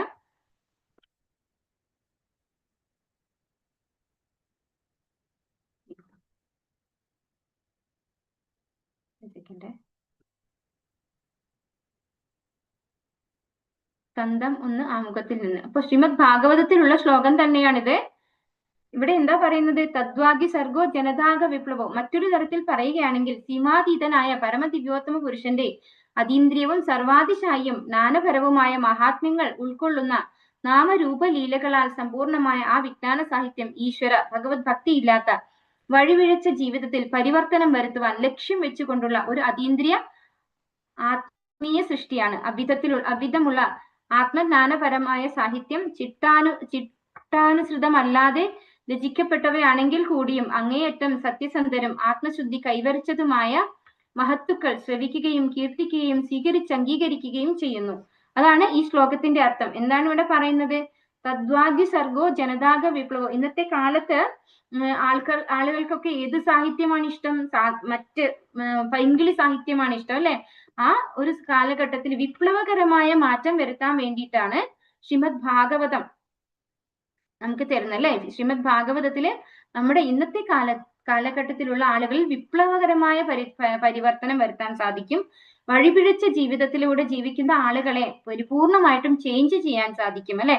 അവർക്ക് പൂർണ്ണമായിട്ട് ഭക്തിയിലേക്ക് വരാൻ ഉതകുന്ന തരത്തിലുള്ള ഒരു രചനയാണ്, ഒരു സാഹിത്യമാണ് ശ്രീമദ് ഭാഗവതം. വഴിപിഴച്ച ജീവിതത്തിൽ പരിവർത്തനം വരുത്തുവാൻ ലക്ഷ്യം വെച്ചുകൊണ്ടുള്ള ഒരു അതീന്ദ്രിയ ആത്മീയ സൃഷ്ടിയാണ്. അവിധമുള്ള ആത്മജ്ഞാനപരമായ സാഹിത്യം ചിട്ടാനുസൃതമല്ലാതെ രചിക്കപ്പെട്ടവയാണെങ്കിൽ കൂടിയും, അതായത് അബദ്ധവത്യപി എന്നിവിടെ കാണുന്നുണ്ട് അല്ലെ, യസ്മിൻ പ്രതിശ്ലോകം അബദ്ധവത്യപി. നമ്മൾ ശ്രീമദ് ഭാഗവതം പഠിക്കുമ്പോൾ നമുക്ക് കാണുന്ന ഒരു പ്രത്യേകത ഒക്കെ എന്താ പറയാ, കണക്റ്റഡ് അല്ല എന്ന് തോന്നും ചിലപ്പോ. ചില സ്കന്ധങ്ങളിൽ നിന്ന് ചില സ്കന്ധങ്ങളിലേക്ക്, അല്ലെങ്കിൽ ഒരു അധ്യായത്തിൽ നിന്ന് ഒരു അധ്യായത്തിലേക്ക് കടക്കുമ്പോൾ ഒരു കണക്ഷൻ നമുക്ക് ഫീൽ ചെയ്യില്ല ചിലപ്പോ. അതാണ് ഇവിടെ പറയുന്നത്, അത് അബദ്ധവത്യപി അല്ലെ, എന്താണ്, ചിട്ടാനുസൃതമല്ലാതെ രചിക്കപ്പെട്ടവയാണെങ്കിൽ പോലും അത് അങ്ങേയറ്റം സത്യസന്ധരും ആത്മശുദ്ധി കൈവരിച്ചവരുമായ മഹത്തുക്കൾ ശ്രവിക്കുകയും കീർത്തിക്കുകയും സ്വീകരിച്ച് അംഗീകരിക്കുകയും ചെയ്യുന്നു. ഭഗവാന്റെ ഭക്തന്മാര്, പരമഹംസർ എന്ന് നേരത്തെ പറഞ്ഞു അല്ലെ, അങ്ങനെയുള്ളവർ അത് സ്വീകരിച്ച് അംഗീകരിക്കുന്നു, ശ്രവിക്കുന്നു, കേൾക്കുന്നു, മറ്റുള്ളവർക്ക് പറഞ്ഞും കൊടുക്കുന്നു അല്ലെ. അവര് പരിപൂർണമായി അംഗീകരിച്ചിട്ടുണ്ട്. അത് കറക്റ്റ് ആയിട്ട് നമ്മള് എന്താ പറയാ, ക്രൊണോളജിക്കൽ ഓർഡറിലല്ല അത് എഴുതിയതെന്ന് പറയും. അതായത് ഒരു ലീല കഴിഞ്ഞ് അടുത്ത ലീലയിലേക്ക് വരുമ്പോ ചിലപ്പോ ഒരു കണക്ഷൻ നമുക്ക് ഇതെന്താ ഈ സമയത്ത് പറയുന്നു എന്നുള്ള ആ ഒരു ഫീലിംഗ് ഉണ്ടാവും. പക്ഷെ ശുകദേവ ബ്രഹ്മർഷി അതിൻ്റെതായ കൃത്യമായ ഒരു ലക്ഷ്യബോധത്തോടു കൂടിയാണ് അത് തന്നത്. നമുക്ക് മാത്രമാണ് ആ ഒരു കണക്ഷൻ ഫീലിംഗിന്റെ വ്യത്യാസം വരുന്നുള്ളൂ. ഹരേ കൃഷ്ണ. ഞാൻ വലുതാക്കിയപ്പോഴത്തേക്ക് ശരിയാവുന്നില്ല. ഭഗവത്ഗീതയിലൂടെ നാം മനസ്സിലാക്കിയ പരമദിവ്യോത്തമ പുരുഷനായ ശ്രീകൃഷ്ണ ഭഗവാന്റെ ശാസ്ത്രമാണ് ശ്രീമദ് ഭാഗവതം. കൃഷ്ണനെ കുറിച്ചുള്ള ശാസ്ത്രങ്ങളിൽ ശ്രീമദ് ഭാഗവതം, ഭഗവത്ഗീത നിപുണനായ ഏതൊരാൾക്കും, അയാൾ ആരുമായിക്കൊള്ളട്ടെ, ആധികാരികനായ പ്രഭാഷകൻ അഥവാ കൃഷ്ണശാസ്ത്ര ആചാര്യനാകാൻ സാധ്യമാണെന്ന് ശ്രീ ചൈതന്യ മഹാപ്രഭു ഉദ്ബോധിപ്പിക്കുന്നു. ലോകത്തിലെ ക്ലേശിക്കുന്ന എല്ലാ മാനവരാശിയുടെയും നന്മയ്ക്കായി കൃഷ്ണശാസ്ത്രം മാനവ സമുദായത്തിൽ അത്യാവശ്യമായി തീർന്നിരിക്കുന്നു. ആകയാൽ സ്വനന്മയ്ക്കും സമൂഹ നന്മയ്ക്കും വിശ്വജനതയുടെ നന്മയ്ക്കുമായി എല്ലാ രാജ്യങ്ങളിലെ നേതാക്കളും കൃഷ്ണശാസ്ത്രം സ്വീകരിച്ച് പ്രായോഗിക തലത്തിൽ അഭിവൃദ്ധിപ്പെടണം. അപ്പോ ശ്രീമദ് ഭഗവത്ഗീത അതുപോലെ ഭാഗവതം, ഇതിനെക്കുറിച്ച് ഈ ശാസ്ത്രങ്ങളിൽ നിപുണനായ ഒരു വ്യക്തിക്ക് എല്ലായിടത്തും ഭഗവാനെ കുറിച്ച് പറയാൻ, അത് നല്ലൊരു ആചാര്യനാവാൻ അല്ലെങ്കിൽ പ്രഭാഷകനാകാൻ, പ്രീച്ച് ചെയ്യാൻ സാധിക്കുമെന്ന് ചൈതന്യ മഹാപ്രഭു പറഞ്ഞിരിക്കുന്നു.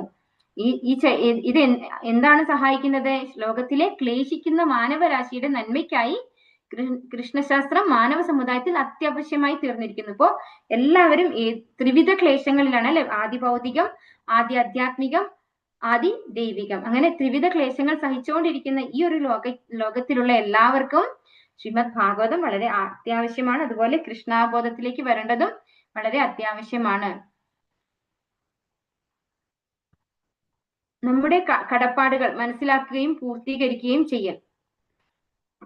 ദേവർഷി ഭൂതാപ്ത നൃണാം പിതൃണാം ന കിങ്കരോ നായ മൃണീച്ച രാജൻ സർവാത്മനായ ശരണം ശരണ്യം ഗതോ മുകുന്ദം പരിഹൃത്യ കർത്തം. സർവകർമ്മങ്ങളും ഉപേക്ഷിച്ച് കൃഷ്ണന്, മുകുന്ദന് പൂർണ്ണമായി ആത്മാർപ്പണം ചെയ്തവന് ദേവന്മാരോടോ ഋഷികളോടോ പൊതുജനങ്ങളോടോ ബന്ധുക്കളോടോ പിതൃജനങ്ങളോടോ മാനവ സമുദായത്തോട് തന്നെയോ കടപ്പാടൊന്നുമില്ല. അത്തരത്തിലുള്ള എല്ലാ ജീവജാലങ്ങളും കൃഷ്ണന്റെ ചെറിയൊരു അംശമായതിനാൽ ഭഗവാന്റെ സേവനത്തിൽ സമർപ്പിച്ച ഒരാൾക്ക് അത്തരം ആളുകളെ പ്രത്യേകം സേവിക്കേണ്ട ആവശ്യമില്ല. അപ്പോൾ നമ്മൾ ശ്രീമദ് ഭാഗവതം 11-ാമത്തെ സ്കന്ധം 5-ാമത്തെ അധ്യായം 41-ാമത്തെ ശ്ലോകമാണിത്. ഇവിടെ എന്താ പറയുന്നത്? നമുക്ക് ഭഗവാന്റെ ഭക്തിയിലേക്ക് വന്നിട്ടുള്ള ഒരാളോടും കടമയോ കടപ്പാടോ ഇല്ല അല്ലെ. ഋഷികളോടോ ദേവന്മാരോടോ ബന്ധുക്കളോടോ പൊതുജനങ്ങളോടോ പിതൃജനങ്ങളോടോ സമുദായത്തോടോ ഒന്നും തന്നെ യാതൊരു കടപ്പാടുമില്ല. കാരണം എല്ലാവരും ഭഗവാന്റെ ശാശ്വത അംശമാണ് അല്ലെ. അങ്ങനെയുള്ള ഭഗവാന് തന്നെ സേവനം ചെയ്യുന്ന ഒരു വ്യക്തിക്ക് ഭഗവാന്റെ അംശങ്ങളോട് കടപ്പാടൊന്നുമില്ല. ശാസ്ത്രവിധികളെ അടിസ്ഥാനമാക്കി ജീവിതം നയിക്കണം. യശാസ്ത്രവിധി മുത്സൃജ്യ വർത്തതേ കാമകാരതഃ ന സിദ്ധിമവാപ്നോതി ന സുഖം ന പരാം ഗതിം. ശാസ്ത്രവിഹിതങ്ങളായ വചനങ്ങളെ കണക്കിലെടുക്കാതെ തന്നിഷ്ടം പോലെ പ്രവർത്തിക്കുന്നവർക്ക് പരിപൂർണതയോ പരമലക്ഷ്യപ്രാപ്തിയോ സുഖം പോലുമോ നേടാനാവില്ല. അപ്പോ നമ്മള് ശാസ്ത്രവിധി പ്രകാരം വേണം ജീവിക്കാനായിട്ട്. അല്ലാതിരുന്നാൽ എന്താണ് പറയുന്നത്? സുഖം, പരമലക്ഷ്യപ്രാപ്തിയും ഇല്ല, പരിപൂർണത ഇല്ല, സുഖം പോലും നേടാനാവില്ല. തസ്മാശാസ്ത്രം പ്രമാണം തേ കാര്യകാര്യ വ്യവസ്ഥിതോ നാത്വാ ശാസ്ത്രവിധാനോക്തം കർമ്മ കർത്തുമിഹാർഹസി. എന്തു ചെയ്യണം, എന്തു ചെയ്യാൻ പാടില്ല എന്ന് ധർമ്മശാസ്ത്രങ്ങളുടെ അടിസ്ഥാനത്തിൽ ഒരാൾ മനസ്സിലാക്കണം. ഈ നിയമനിബന്ധനകൾ പഠിച്ചറിഞ്ഞ ശേഷം മാത്രം പ്രവർത്തിക്കുക.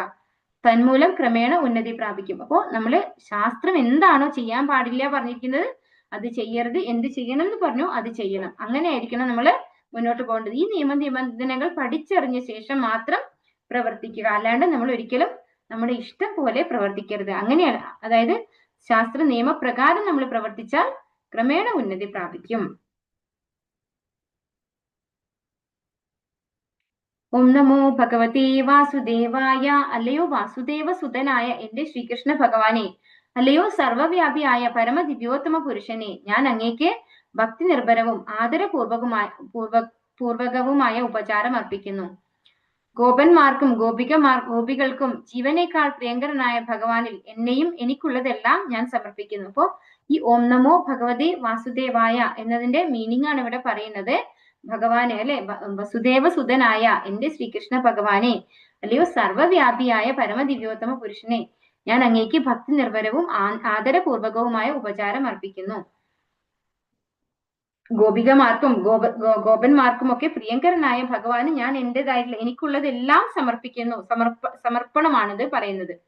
ഒരു കൽപ്പതരവിന്റെ ഫലത്തിനോടും വിളക്കിനോടും സൂര്യനോടും താരതമ്യപ്പെടുത്താവുന്ന ഈ ജനപ്രിയ ഗ്രന്ഥത്തിന് ബ്രഹ്മത്തിന്റെ ഗുണങ്ങൾ ഉണ്ടെന്നതിൽ അതിശയിക്കാനില്ല. ദേവന്മാരുടെയും അസുരന്മാരുടെയും സമ്മേളനത്തിൽ മോഹിനിയുടെ രൂപം ധരിച്ച ഈ കൃതിയെ ഞാൻ പ്രശംസിക്കുന്നു.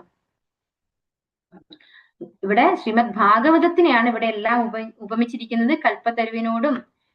കൽപ്പതരുവിന്റെ ഫലത്തിനോടും വിളക്കിനോടും സൂര്യനോടും അതുപോലെ മോഹിനി രൂപത്തോടും ഉപമിച്ചിരിക്കുന്നു. സ്വയം ഭഗവാൻ എല്ലാ ഐശ്വര്യ ഗുണങ്ങളുടെയും മധുര സമുദ്രവും ഏറ്റവും ശക്തനായ രാജാവും ഏറ്റവും മഹത്തായ സൂര്യനുമായ ഭൂമിയിൽ നിശ്ചിത സമയങ്ങളിൽ പ്രകാശിക്കുകയും പിന്നീട് അപ്രത്യക്ഷമാവുകയും ചെയ്തു. സ്വയം ഭഗവാൻ എല്ലാ ഐശ്വര്യങ്ങളുടെയും മധുര സമുദ്രവും, ഭഗവാനെ കുറിച്ചാണ് ഇവിടെ പറയുന്നത്. ഭഗവാൻ ഏറ്റവും ശക്തനായ രാജാവും, ഭഗവാൻ ഇവിടെ രാജാവുമായിരുന്നു, ഏറ്റവും മഹത്തായ സൂര്യനുമായ ഭൂമിയിൽ നിശ്ചിതമായ സമയങ്ങളിൽ പ്രകാശിക്കുകയും പിന്നീട് അപ്രത്യക്ഷമാവുകയും ചെയ്തു. ശ്രീമദ് ഭാഗവതം മുഖവുര. പുരുഷന്മാരെ 3 ഗ്രൂപ്പുകളായി തരംതിരിച്ചിരിക്കുന്നത് പോലെ 3 ഗ്രൂപ്പുകളായി വിവരിച്ചിരിക്കുന്ന വിവിധ ഗ്രന്ഥങ്ങളായ പുരാണങ്ങളുടെയും ഇതിഹാസങ്ങളുടെയും അർത്ഥങ്ങൾ രാത്രി കാവൽക്കാരെ പോലെയാണ്. ഹൃദയത്തിന്റെ സംതൃപ്തിയുടെ നിധി സംരക്ഷിക്കുന്നു. എന്നാൽ കാലം, വിധി, ക്രമക്കേട്, അലസത എന്നിവയാൽ ചില അർത്ഥങ്ങൾ ഗാഠനിദ്രയിലേക്ക് വീണു.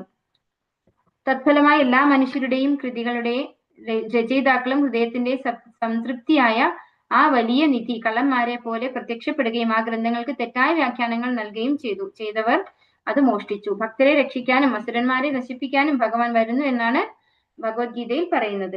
മത്സ്യങ്ങളിൽ മത്സ്യാവതാരമായും മൃഗങ്ങളിൽ വരാഹനായും പക്ഷികളിൽ ഹംസനായും മനുഷ്യരിൽ സ്വയം ഭഗവാൻ കൃഷ്ണനായും ദേവതകളിൽ ഉപേന്ദ്രനായും ഈ ആവശ്യങ്ങൾക്കായി അവതരിക്കുന്നത് പോലെ വേദങ്ങൾക്കിടയിൽ ധർമ്മം പുനഃസ്ഥാപിക്കുന്നതിനും ഭക്തർക്ക് മുക്തനാക്കാനും ഭഗവാൻ ഇപ്പോൾ ഗ്രന്ഥങ്ങളിലെ കിരീടത്തിലെ രത്നമായ ശ്രീമദ് ഭാഗവതമായി അവതരിച്ചു. അപ്പോ ഓരോ അവതാരം എടുത്ത് പറഞ്ഞ് ശ്രീമദ് ഭാഗവതത്തെ കുറിച്ച് പറയുകയാണ്.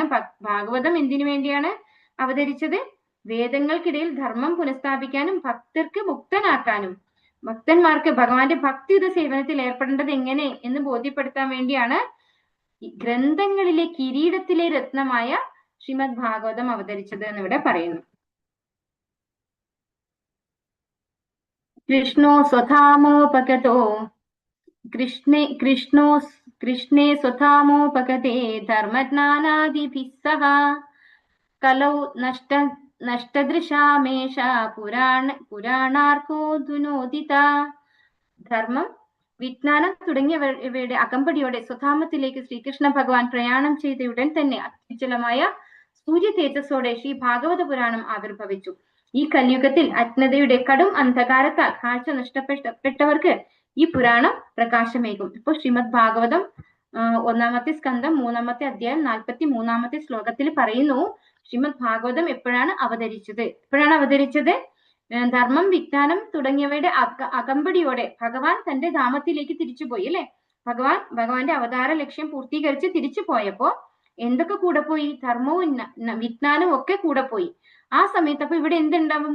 ധർമ്മം ഇല്ല, വിജ്ഞാനം ഇല്ല, ഒന്നുമില്ല, അല്ലെ? അപ്പൊ ആ സമയത്ത് അത്യുജ്വലമായ സൂര്യ തേജസ്സോടെ ശ്രീമദ് ഭാഗവത പുരാണം ആവിർഭവിച്ചു. അതാണ് പറയുന്നത്. അപ്പൊ ആ സമയത്ത് ആണ് ശ്രീമദ് ഭാഗവതം ആവിർഭവിച്ചത്. ഈ ഭാഗവതം കലിയുഗത്തിലെ അജ്ഞതയുടെ കടുമന്ധകാരത്തിൽ കാഴ്ച നഷ്ടപ്പെട്ടവർക്ക് പ്രകാശമേക്കും. ഇപ്പോ സൂര്യ തേജസ്സോടു കൂടി പറഞ്ഞത് അതുകൊണ്ടാണ്. ഞാനും എന്റെയും കൃഷ്ണനും കൃഷ്ണനെ കുറിച്ചുള്ള പുസ്തകവും എന്ന ഏകത്വത്തിന് സമാനമായി ഭാഗവതം കൃഷ്ണന്റെ മറ്റൊരു രൂപമാണെന്നത് സൂചിപ്പിക്കുന്നു. അതിനാൽ ഇത് മറ്റ് കൃതികളുമായി താരതമ്യപ്പെടുത്തുന്നില്ല. ശുകദേവനിലൂടെയും പരീക്ഷത്തിലൂടെയും കൃഷ്ണൻ ഭാഗവതമായി അവതരിച്ചു. ഗ്രഹങ്ങളിൽ സൂര്യനെ പോലെ പുരാണങ്ങളിൽ ഭാഗവതം പ്രകാശിക്കുന്നു. സൂര്യന് വർഷത്തിലെ ഓരോ മാസത്തിലും 12 രൂപങ്ങൾ ഉള്ളതുപോലെ ഇതിന് 12 രൂപങ്ങളുണ്ട്, സ്കന്ധങ്ങൾ. ഇലകളാകുന്ന 18,000 ശ്ലോകങ്ങളോടെ മഹാഭക്തന്മാരുടെ ലക്ഷ്യങ്ങൾ നിറവേറ്റുന്നതിനായി ഒരു കൽപ്പവൃക്ഷമായി ഭാഗവതം പ്രത്യക്ഷപ്പെട്ടു. ഹരേ കൃഷ്ണ. നമുക്കപ്പോ ഒന്നാമത്തെ ശ്ലോകത്തിലേക്ക് കടക്കാം. ഓം നമോ ഭഗവതേ വാസുദേവായ. ഓം നമോ ഭഗവതേ വാസുദേവായ. ഓം നമോ ഭഗവതേ വാസുദേവായ. ജന്മാദ്യസ്യ യതോന്വയാത് ഇതരതശ്ചാത്വേഷഭിഘ്നസ്വരാൻ തേനേ ബ്രഹ്മഹൃദായ ആദികവയേ മുഹ്യന്തി യത്സൂരയഃ തേജോ വാരിമൃതാം യദാ വിനിമയോ യത്ര ത്രിസർഗോ മൃഷാ ധാമ്നാ സ്വേന സദാ നിരസ്തകുഹകം സത്യം പരം ധീമഹി. ചൊല്ലുന്നു എല്ലാവരും ഒരു പ്രാവശ്യം ശ്ലോകം. ഹരേ കൃഷ്ണ. ചൊല്ലട്ടെ മാതാജി? ചൊല്ലിക്കോളൂ എല്ലാവരും. മാതാജി. ആ മാതാജിക്ക് നെറ്റ് എന്തോ പ്രോബ്ലം ഉണ്ട് തോന്നുന്നു കേട്ടോ. അയ്യോ, ചൊല്ലിക്കോളൂ എല്ലാവരും ചൊല്ലിക്കോളൂ. ഹരേ കൃഷ്ണ. ഓം നമോ ഭഗവതേ വാസുദേവായ. ജന്മാദ്യസ്യ യതോന്വയാദിതരതശ്ചാർത്തേഷ്വഭിജ്ഞസ്വരാട് തേനേ ബ്രഹ്മഹൃദായ ആദികവയേ മുഹ്യന്തി യത്സൂരയഃ തേജോ വാരിമൃതാം യഥാ വിനിമയോ യത്ര ത്രിസർഗോ മൃഷാ ധാമ്നാ സ്വേന സദാ നിരസ്തകുഹകം സത്യം പരം ധീമഹി. ഹരേ കൃഷ്ണ മാതാജി. ഹരേ കൃഷ്ണ മാതാജി. പൂർണ്ണ മാതാജി ചൊല്ലിക്കോളൂ. ഹരേ കൃഷ്ണ. ചൊല്ലുന്നില്ലേ മാതാജിക്ക്? വയ്യേ? ഹരേ കൃഷ്ണ മാതാജി. ചൊല്ലാം. ഓം നമോ ഭഗവതേ വാസുദേവായ. ജന്മാദ്യസ്യ യതോന്വയാദിതരതോഷാർത്ഥഭിജ്ഞസ്വരാ തേന ഞാൻ ചൊല്ലിത്തരണം. ജന്മാദ്യസ്യ യതോന്വയാത് ഇതരതശ്ചാത്വേഷ്വഭിഘ്നസ്വരാട്. ജന്മാദ്യസ്യ യതോന്വയാദിതരസ്വരാട്. ഭയങ്കര ടഫാണല്ലോ മാതാജി ഇത് വായിക്കും. തേനേ ബ്രഹ്മഹൃദയായ ആദികവേ മുഹ്യന്തി യത്സൂരയ തേജോ വാരിമൃതാം യദാ വിനിമയോ തത്ര ത്രിസർഗോ അമൃഷാ ധാമ്നാ സ്വേന സദാ നിരസ്തദാ കുഹകം സത്യം പരം ധീമഹി. ശ്ലോകം പഠിക്കാനുള്ള ശ്ലോകമാണ് മാതാജി. മാതാജി ആ ഫസ്റ്റത്തെ ലൈൻ ഇത്തിരി ടഫാണ് എനിക്ക് എന്നും വായിക്കാനായിട്ട്. പിന്നെ എനിക്ക് ട്യൂണിലൊന്നും വായിക്കാൻ അറിഞ്ഞൂടാ. അത് കുഴപ്പമില്ല മാതാജി. നെക്സ്റ്റ് ആരൊക്കെ ചൊല്ലുന്നില്ലേ? ബാക്കി ആരും ചൊല്ലുന്നില്ല. ഒരുപാട് സമയം ഇല്ല നമുക്ക്. സമയം കഴിയാൻ. ഹരേ കൃഷ്ണ ചൊല്ലട്ടെ മാതാജി? മാതാജി. ഹരേ കൃഷ്ണ. ഓം നമോ ഭഗവതേ വാസുദേവായ. ജന്മാദ്യസ്യ യതോന്വയാദിതരതശ്ചാർത്തേഷ്വഭിജ്ഞസ്വരാട് തേനേ ബ്രഹ്മഹൃദായാദികവയേ മുഹ്യന്തി യത്സൂരയഃ തേജോ വാരിമൃതാം യദാ വിനിമയോ യത്ര ത്രിസർഗോ മൃഷാ ധാമ്നാ സ്വേന സദാ നിരസ്തകുഹകം സത്യം പരം ധീമഹി. ഹരേ കൃഷ്ണ. വേറെ ആരെങ്കിലും ചൊല്ലുന്നുണ്ടോ? കുറെ സമയം ഇല്ല നമുക്ക്. ചൊല്ലുന്നുണ്ട്, വേഗം വേഗം ചൊല്ലിക്കോളൂ. ഹരേ കൃഷ്ണ. ഇല്ല, ഞാൻ ഇനി എക്സ്പ്ലനേഷനിലേക്ക് കടക്കാം. ഇത് വളരെ ഇമ്പോർട്ടന്റ് ആയിട്ടുള്ള ഒരു ശ്ലോകമാണ്. ഒന്നാമതായിട്ട് ഈ ശ്ലോകം എന്ന് പറയുന്നത് നമ്മുടെ സംബന്ധ, അതായത് ഭഗവാനുമായിട്ടുള്ള നമ്മുടെ ബന്ധം, അത് പറഞ്ഞു തരുന്നതാണ് ഈ ഒരു ശ്ലോകം എന്ന് പറയുന്നത്. ഇവിടെ ആദ്യത്തെ 3 ശ്ലോകങ്ങളുടെ വിഭജനം, അതായത് നമസ്കാരം, ഹരിവന്ദനം, ഗുരുവന്ദനം, വൈഷ്ണവവന്ദനം. ആദ്യത്തെ 3 ശ്ലോകങ്ങൾ പറഞ്ഞ 1, 2, 3 ശ്ലോകങ്ങളെ കുറിച്ചാണ് പറയുന്നത്. പിന്നെ വസ്തു നിർദ്ദേശം, രചയിതാവ് അവതരിപ്പിക്കാൻ പോകുന്ന പ്രധാന വിഷയം എന്താണെന്ന് പ്രസ്താവിക്കുക. ഇത് രണ്ടാമത്തെ ശ്ലോകമാണ്. ഞാൻ നേരത്തെ പറഞ്ഞ ധർമ്മപ്രോഞ്ചിത കൈതഗോത്ര പറയുന്ന ശ്ലോകമാണ്. ശ്ലോകം 1 ഭഗവാനെ കുറിച്ച് പറയുന്നു, ശ്ലോകം 2 ഭക്തിയെ കുറിച്ച് വിശദീകരിക്കുന്നു. അപ്പൊ ആദ്യത്തെ ശ്ലോകത്തില് ഭഗവാനെ കുറിച്ചാണ് വ്യക്തമായിട്ട് പറഞ്ഞിരിക്കുന്നത്. ഭഗവാൻ ആരാണ് എന്നാണ് പറഞ്ഞിരിക്കുന്നത്. മൂന്നാമത്തെ ശ്ലോകം നമുക്ക് ലഭിക്കുന്ന ആത്യന്തികമായ നേട്ടം, അതായത് ഒന്നാമത്തെ ശ്ലോകം സംബന്ധ, രണ്ടാമത്തെ ശ്ലോകം അഭിധേയ, മൂന്നാമത്തെ ശ്ലോകം പ്രയോജന. അതാണ് ആ ഓരോ ശ്ലോകത്തിന്റെയും ഇതിരിക്കുന്നത്. ആദ്യത്തെ ശ്ലോകം നമുക്ക് ഭഗവാനെ കുറിച്ച്, ഭഗവാനും നമ്മളും തമ്മിലുള്ള ബന്ധത്തെ കുറിച്ച് പറഞ്ഞു തരുന്നു. പിന്നെ രണ്ടാമത്തെ ശ്ലോകം അഭിധേയ, എങ്ങനെയാണ് ഭക്തിയുടെ സേവനം ചെയ്യേണ്ടത് എന്ന് പറഞ്ഞിരുന്നു. അത് ചെയ്തു കഴിഞ്ഞാൽ നമ്മുടെ പ്രയോജനം എന്താണെന്ന് മൂന്നാമത്തെ ശ്ലോകം പറഞ്ഞിരുന്നു. അപ്പോൾ ഒന്നാമത്തെ ശ്ലോകത്തിലുള്ള ഓരോരോ വേർഡ് ബൈ വേർഡ് ആയിട്ട് ഇവിടെ സ്പ്ലിറ്റ് ചെയ്ത് പറഞ്ഞു തരികയാണ്. ഭഗവാൻ ശ്രീകൃഷ്ണന്റെ 7 ഗുണങ്ങൾ. ജന്മാദ്യസ്യ യതോ അന്വയാത് ഇതരതശ്ചാർത്തേഷു, സ്പഷ്ട പ്രപഞ്ചത്തിന്റെ സൃഷ്ടി സ്ഥിതി സംഹാരം. അതാണ് ജന്മാദ്യസ്യ എന്ന് പറയുമ്പോൾ ജന്മം തൊട്ട് ജന്മ ആദി അസ്യ, അതായത് ഭഗവാന്റെ സൃഷ്ടി സ്ഥിതി അതുപോലെ എന്താണ് സംഹാരം, ഈ 3 കാര്യങ്ങളും ഉൾപ്പെട്ടതാണ് ജന്മാദ്യസ്യ. സംഹാരങ്ങളുടെയും കാരണഭൂതനാണ് ഭഗവാൻ കൃഷ്ണൻ. അഭിജ്ഞഃ, ഭഗവാൻ മാത്രമാണ് എല്ലാ വസ്തുക്കളുടെയും നാനി. ഭഗവാന് പരിപൂർണ ജ്ഞാനമുണ്ട്, അതാണ് അഭിജ്ഞ എന്ന് പറയുന്നത്. സ്വരാട്, ഭഗവാൻ സർവ സ്വതന്ത്രനാണ്, ഭഗവാൻ പരിപൂർണ സ്വതന്ത്രനാണ്. തേനെ ബ്രഹ്മഹൃദായ ആദികവയെ, ബ്രഹ്മാവിന്റെ ഹൃദയത്തിൽ പ്രഥമമായി വേദജ്ഞാനം നിവേശിപ്പിച്ചതും ഭഗവാനാകുന്നു. ആദ്യമായിട്ട് ആദികവിയായിട്ടുള്ള ആദിജീവാത്മാവായിട്ടുള്ള ബ്രഹ്മാവിന് ജ്ഞാനം പകർന്നു കൊടുത്തത് എങ്ങനെയാണ്? ഹൃദയത്തിലേക്ക്, അല്ലെ? ആദി തേനെ ബ്രഹ്മഹൃദായ ആദികവയെ, നമ്മളെ പോലെ പറഞ്ഞ് കേൾപ്പിച്ചല്ല, അതുപോലെ പുസ്തകം എഴുതി പഠിച്ചിട്ടല്ല, പിന്നെ എങ്ങനെയാണ്? ഹാർട്ട് ടു ഹാർട്ട് ട്രാൻസ്മിഷൻ ആണ് ചെയ്തത്. ഭഗവാൻ ഡയറക്റ്റ് ബ്രഹ്മാവിന്റെ ഹൃദയത്തിലേക്കാണ് ജ്ഞാനം പകർന്നു കൊടുത്തത്. മുഹ്യന്തി സൂരയഃ, നാനിക്ക് പോലും ഭഗവാനെ മനസ്സിലാക്കാൻ പ്രയാസമാണ്. അപ്പൊ ഭഗവാനെ നാനിയായിട്ടുള്ളവർക്ക് പോലും മനസ്സിലാക്കാൻ കഴിയില്ല. ഭക്ത്യാമാം അഭിജാനാതി, ഭഗവാൻ പറയുന്നുണ്ട് അല്ലെ ഭഗവത്ഗീതയില്, ഭക്തിയുടെ സേവനത്തിലൂടെ മാത്രമേ നമുക്ക് ഭഗവാനെ മനസ്സിലാക്കാൻ സാധിക്കുള്ളൂ. നാനിയായിട്ടുള്ള ആൾക്ക് ഭഗവാനെ മനസ്സിലാക്കാൻ സാധിക്കില്ല. മുഹ്യന്തി സൂര്യഹ പറഞ്ഞ അവർക്ക് പോലും എന്താണ്, അവര് പോലും മോഹവലയത്തിൽ പെട്ടുപോകുന്നു. സൂര്യഹ പറഞ്ഞു കഴിഞ്ഞാൽ ഭഗവാൻ ദേവന്മാരാണ് അല്ലെ, സുരന്മാരായിട്ടുള്ളവർ. മുഹ്യന്തി സൂര്യ പറഞ്ഞാൽ നാനിക്ക്, അതുപോലെ ദേവന്മാർക്ക് പോലും ഭഗവാനെ മനസ്സിലാക്കാൻ പ്രയാസമാണ്. തേജോ വാരി മൃതാം യഥാവിനിമയോ എത്ര ത്രിസർഗോ മൃഷ. തേജോ വാരി, തേജോ പറഞ്ഞു കഴിഞ്ഞാൽ എന്താണ്? വാരി പറഞ്ഞു കഴിഞ്ഞാല് വെള്ളം അല്ലെ, തേജോ പറഞ്ഞു കഴിഞ്ഞാല് അഗ്നി. തീയും വെള്ളവും ഭൂമിയും പരസ്പരം തെറ്റിദ്ധരിപ്പിക്കുന്നത് പോലെ അവന്റെ ശരീരം മായയാൽ ദ്രവ്യത്താൽ നിർമ്മിതമാണെന്ന് കരുതപ്പെടുന്നു. അപ്പോൾ നിങ്ങളൊക്കെ ഗൾഫിലുള്ളവരാണ് അല്ലെ, നമ്മളൊക്കെ ഉള്ള സമയത്ത് ഞങ്ങൾക്ക് ഫീൽ ചെയ്യാറുണ്ട്. അതായത് കുറച്ച് ദൂരം നമ്മൾ അവിടെ വളരെ ഫാസ്റ്റ് ആയിട്ടാണ് ഡ്രൈവിംഗ് ചെയ്യുന്നത് അല്ലെ, കുറച്ച് ദൂരം നോക്കുമ്പോൾ നല്ല വെയിലുള്ള സമയത്ത് അവിടെ നല്ല വെള്ളം കിടക്കുന്ന പോലെ നമുക്ക് തോന്നാറുണ്ട് അല്ലെ. അപ്പൊ അഗ്നിയിൽ വെള്ളത്തെയും വെള്ളത്തിൽ ഭൂമിയെയും കണ്ട് തെറ്റിദ്ധരിപ്പിക്കുന്നു എന്നാണ് പറയുന്നത്. അതാണ് ഈ ശ്ലോകത്തിൽ ഈ ഒരു വരിയിൽ പറയുന്നത്.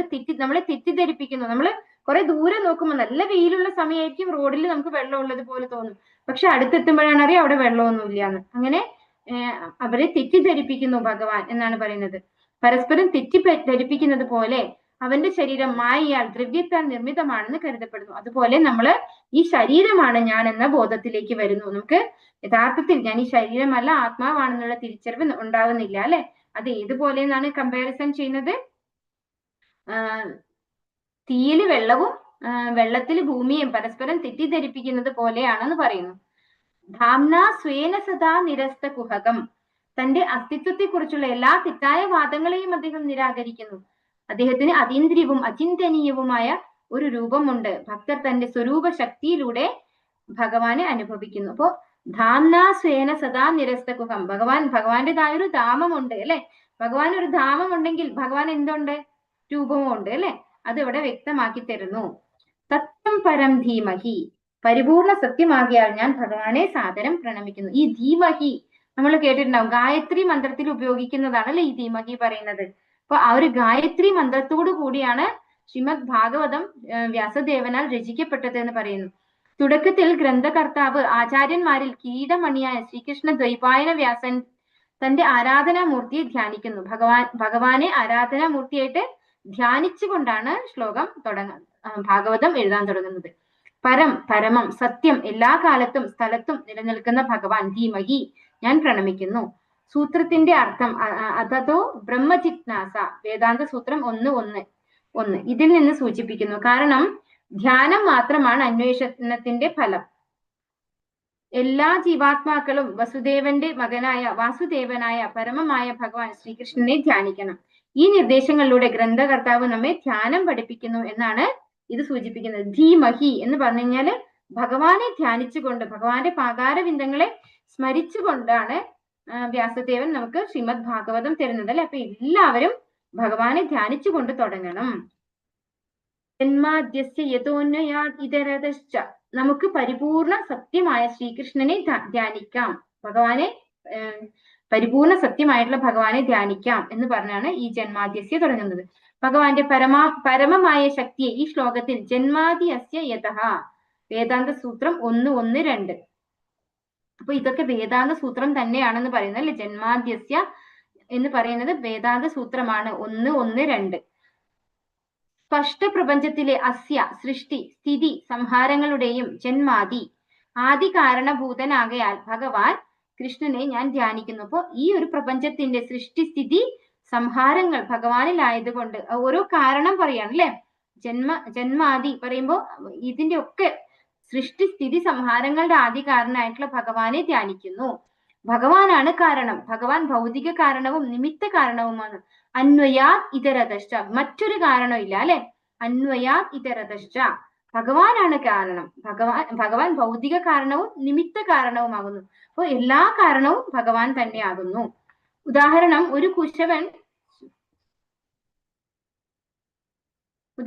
ഒരു കുശവൻ തന്റെ ചക്രവും വടിയും ഉപയോഗിച്ച് ചെളി കൊണ്ട് കലമുണ്ടാക്കുന്നു. ഇവിടെ ചെളി ഭൗതിക കാരണം, ഉപാദന കാരണമാകുന്നു. എന്നാൽ അതൊരു അസംസ്കൃത വസ്തു മാത്രമാണ്. അതിന് സ്വയം ഒരു പാത്രമായി മാറാൻ കഴിയില്ല. അതിനാൽ അതിന്റെ സൃഷ്ടിയിൽ കുശവനും ഒരു കാരണമാണ്, നിമിത്ത കാരണം. ചക്രം, വടി മുതലായവ കുശവൻ ചെളി കലമാക്കി മാറ്റുന്ന ഉപകരണങ്ങളാണ്. അതിനാൽ അവയെ സഹകാരി കാരണം എന്ന് വിളിക്കുന്നു. പ്രപഞ്ചത്തിന്റെ കാര്യത്തിൽ ഭഗവാൻ കൃഷ്ണൻ തന്നെ ഈ 3 കാരണങ്ങളുമാകുന്നു. അപ്പൊ എല്ലാ കാരണങ്ങളും ഭഗവാനാകുന്നു. 3 തരം കാരണങ്ങളാണ് ഇവിടെ പറയുന്നത്. ഒന്ന് ഉപാദന കാരണം, അതായത് ഭൗതികമായ കാരണം. പിന്നൊന്ന് നിമിത്ത കാരണം. മൂന്നാമത്തേത് സഹകാരി കാരണം. ഉദാഹരണം പറഞ്ഞിരിക്കുന്നത് ഒരു കുശവൻ മണ്ണുപയോഗിച്ച്, ചെളി ഉപയോഗിച്ച് കലം നിർമ്മിക്കുന്നു. അതില് ചെളി എന്ന് പറയുന്നത് ഭൗതികമായ കാരണവും, പിന്നെ അതിന് സ്വയം പാത്രമാകാൻ സാധിക്കില്ല, അതിനൊരു കുശവന്റെ ആവശ്യമുണ്ട് അല്ലെ. ആ കുശവൻ നിമിത്ത കാരണവും, അതുപോലെ ചക്രം, വടി എന്നിവയെ സഹകാരി കാരണവുമായിട്ട് ഇവിടെ പറയുന്നു. അങ്ങനെയുള്ള ഈ പ്രപഞ്ചത്തിന്റെ സൃഷ്ടിയുടെ കാര്യത്തില് ഭഗവാൻ തന്നെയാണ് എല്ലാം. 3 കാരണങ്ങളും ഭഗവാൻ തന്നെയാണ്. എത്ര ഉണ്ടോ ഇനി എടുക്കാൻ അറിയില്ല, നമുക്ക് കുറച്ച് സമയം എക്സ്ട്രാ ഇരുന്നൂടെ.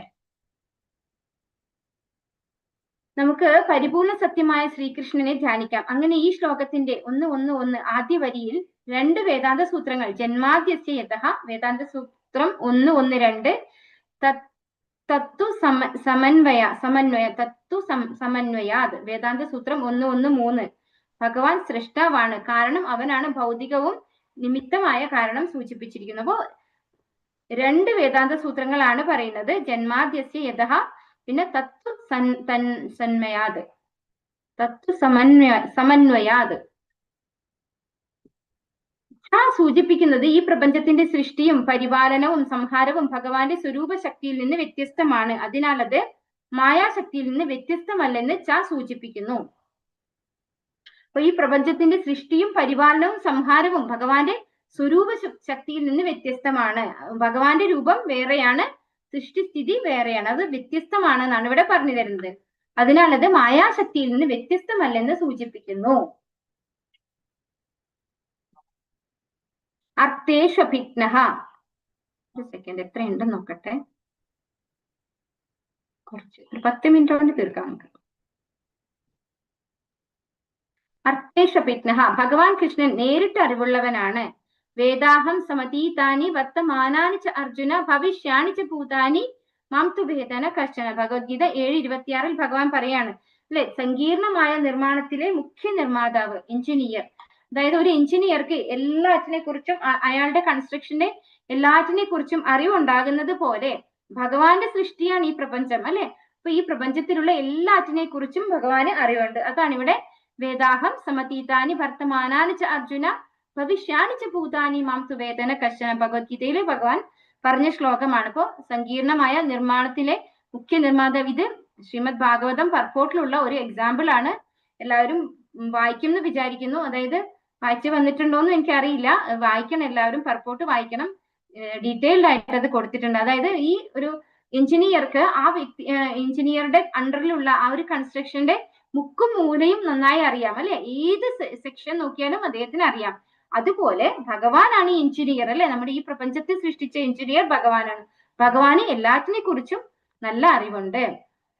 ഉപദ്രഷ്ടാനുമന്താ ച ഭർത്താ ഭോക്താ മഹേശ്വരഃ പരമാത്മേതി ചാപ്യുക്തോ ദേഹീസ്മിൻ പുരുഷഃ പരഃ. ഭഗവാൻ കൃഷ്ണൻ പരോക്ഷമായി അറിവുള്ളവനാണ്. അതായത് അഭിജ്ഞസ്വരാട് അല്ലെ. അർത്ഥേഷു അഭിജ്ഞസ്വരാട്. ഒന്നുകൂടെ ഞാൻ നോക്കട്ടെ. ജന്മാദ്യസ്യ യഥോന്വയാത് ഇതരത അന്വയാത് ഇതരത. അതാണ് ഇവിടെ പറയുന്നത്. ഇതരത പ്രപഞ്ചത്തെ വലിയ സംഘടനകളോടും എല്ലാ ദേവന്മാരെയും വിവിധ ശാഖകളുടെ തലവന്മാരോടും ഈ പ്രപഞ്ച സംഘടനയുടെ ഉടമ കൃഷ്ണനുമായി താരതമ്യപ്പെടുത്തുന്നു. അതായത് ഭഗവാൻ പരോക്ഷമായും അറിവുണ്ട്. ഇതരത എന്നതാണ് പറയുന്നത്. എല്ലാറ്റിനോടും നേരിട്ടുള്ള അറിവുണ്ട്, പരോക്ഷമായിട്ടുള്ള അറിവുണ്ട്. പ്രപഞ്ചത്തെ വലിയ സംഘടനകളോടും എല്ലാ ദേവന്മാരെയും വിവിധ ശാഖകളുടെ തലവന്മാരോടും ഈ പ്രപഞ്ച സംഘടനയുടെ ഉടമ കൃഷ്ണനുമായി താരതമ്യപ്പെടുത്തുന്നു. ഏത് കാര്യത്തിലായാലും നേരിട്ടുള്ള അറിവും ഭഗവാനുണ്ട്, പരോക്ഷമായിട്ടുള്ള അറിവും ഭഗവാനുണ്ട്. സ്വരാട്. ഈ ലോകത്തിലെ എല്ലാവരും നിലനിൽപ്പിനും പോഷണത്തിനും സന്തോഷത്തിനും മറ്റും എന്തിനേയോ ആരെയെങ്കിലും ആശ്രയിച്ചിരിക്കുന്നു. ഭഗവാൻ കൃഷ്ണൻ മാത്രമാണ് യഥാർത്ഥ അർത്ഥത്തിൽ സ്വതന്ത്രൻ. അപ്പൊ ഏതൊരു വ്യക്തിയും എന്താണ് ഡിപ്പെൻഡ് ചെയ്യുന്നുണ്ട് അല്ലെ. ഒന്ന് മറ്റൊന്നിനെ ഡിപ്പെൻഡ് ചെയ്യുന്നുണ്ട് ഈ ലോകത്തില്. പക്ഷെ ആരെയും ഡിപ്പെൻഡ് ചെയ്യാതിരിക്കുന്ന ആളാരാണ്? ഭഗവാൻ മാത്രമാണ്. അതുകൊണ്ട് ഭഗവാനെ സ്വരാട് എന്ന് പറയുന്നു. നിത്യോ നിത്യാനാം ചേതനാശ്ചേതനാനാം ഏകോ ബഹൂനാം യോ വിദദാതി കാമാൻ. യേ ചൈവ സാത്വികാ ഭാവാ രാജസാസ്താമസാശ്ച യേ മത്ത ഏവേതി തദ്വിദ്ധി നത്വഹം തേഷു തേ മയി. 7-ാമത്തെ അധ്യായം 12-ാമത്തെ ശ്ലോകം. സാത്വികങ്ങളും രാജസങ്ങളും താമസങ്ങളുമായ എല്ലാ അവസ്ഥകളും എന്റെ ശക്തിയുടെ സ്ഫുരണങ്ങളാണ്. ഒരർത്ഥത്തിൽ അവയെല്ലാം ഞാൻ തന്നെ. എങ്കിലും ഞാൻ അവയ്ക്ക് അധീനനല്ല. ഞാൻ ഭൗതിക ഗുണങ്ങൾക്ക് അധീനനല്ല, മറിച്ച് അവയെല്ലാം എന്നിൽ നിലകൊള്ളുന്നു. അപ്പോ ഭഗവാൻ സത്ത് രജസ് തമസ് എല്ലാ അവസ്ഥകളും ഭഗവാന്റെ തന്നെ ശക്തിയാണെങ്കിലും ഭഗവാൻ അതിലൊന്നും പെടുന്ന ആളല്ല അല്ലെ. അതിന് അധീനനായിട്ടുള്ള ആളല്ല, അതിന് അതീതനായിട്ടുള്ള ആളാണ്. ഇവിടെ നിത്യാനാം ചേതനാനാം ഏകോ ബഹൂനാം യോ വിദദാതി കാമാൻ. അതായത് നിത്യം എന്ന് പറയുന്നത് ഭഗവാൻ സിംഗുലർ വേർഡാണ്. നിത്യാന എന്ന് പറയുന്നത് നമ്മൾ ജീവാത്മാക്കളാണ്. അപ്പോ ഭഗവാനും പിന്നെ ജീവാത്മാക്കളും. ചേതനാനാം, ചേതന പറയുന്നത് ഒന്ന്, അത് ഭഗവാനാണ്. ചേതനാനാം എന്ന് പറയുന്നത് പ്ലൂരൽ, അത് നമ്മൾ ബദ്ധാത്മാക്കളാണ്, ഇവിടെയുള്ള ജീവാത്മാക്കളാണ്. ഏകോ ബഹൂനാം യോ വിദദാതി കാമാൻ. ഒരേ ഒരു ഭഗവാനാണ് എല്ലാറ്റിനെയും പരിപാലിക്കുന്നത്. അതാണ് അവിടെ പറയുന്നത്. തേനേ ബ്രഹ്മഹൃദായ ആദികവയെ. ജ്ഞാനം നൽകുന്നവനായി ഭഗവാൻ. യഥാർത്ഥ ജീവാത്മാവായ ബ്രഹ്മദേവന്റെ ഹൃദയത്തിൽ പ്രഥമമായി വേദജ്ഞാനം നിവേശിപ്പിച്ചതും ഭഗവാനാകുന്നു. പ്രപഞ്ചത്തിനുള്ളിൽ ബ്രഹ്മാവിന്റെ ജനനം, ബ്രഹ്മാവിന്റെ ഭ്രമവും തപസ്യയും. കൃഷ്ണൻ ബ്രഹ്മാവിന്റെ ജന്മലക്ഷ്യം വെളിപ്പെടുത്തുന്നു. ബ്രഹ്മാവ് സൃഷ്ടി പ്രവർത്തനത്തിൽ ഏർപ്പെടുന്നു. ഇതാണ് ബ്രഹ്മാവിന് കൊടുത്തിരിക്കുന്ന ജ്ഞാനം അല്ലെ. ബ്രഹ്മാവിന് ഡയറക്റ്റ് ഹാർട്ട് ടു ഹാർട്ടാണ് ഭഗവാൻ നോളജ് കൊടുത്തിരിക്കുന്നത്. മുഹ്യന്തി യത്സൂരയ. അഗ്നിയിൽ ജലത്തെയും ജലത്തിൽ കരയെയും വിദ്യാദർശനം നടത്തി സംഭ്രാന്തരായവരെ പോലെ സമതുലിതരായ ഉത്കൃഷ്ട സന്യാസിമാർ, ദേവന്മാർ എന്നിവർ പോലും ഭഗവാന്റെ മായയിൽ വ്യാമോഹിതരായി തീരുന്നു. ഇവിടെ ഉദാഹരണം പറയുന്നത് ബ്രഹ്മവിമോഹന ലീല. ഭഗവാൻ ഈ ഭൗതിക ലോകത്ത് വന്നപ്പോ ഭഗവാൻ ആരാണ് എന്ന് അറിയാൻ വേണ്ടിയിട്ട് ബ്രഹ്മാവിന് മനസ്സിലായില്ല അല്ലെ. എന്നിട്ട് ടെസ്റ്റ് ചെയ്യാൻ വന്നു. അതുകൊണ്ടാണ് എന്ത് സംഭവിച്ചത്? ഭഗവാന്റെ ബ്രഹ്മവിമോഹന ലീല പറയുന്നുണ്ട്. അതായത് ഭഗവാന്റെ ഗോപന്മാരെയും പശുക്കളെയും ഒക്കെ ബ്രഹ്മാവ് ഒരു മിനിറ്റ് സമയത്തേക്കാണ് മോഷ്ടിച്ചോണ്ട് പോയത്. പക്ഷെ ഇവിടെ ഭൂമിയിൽ അത് എത്ര സമയം എടുത്തു? 1 വർഷം എടുത്തു എന്നാണ് പറയുന്നത്. ബ്രഹ്മാവിന്റെ ഒരു സെക്കൻഡോ 1 മിനിറ്റ് അത്രയും സമയം എടുത്തിട്ടുള്ളൂ.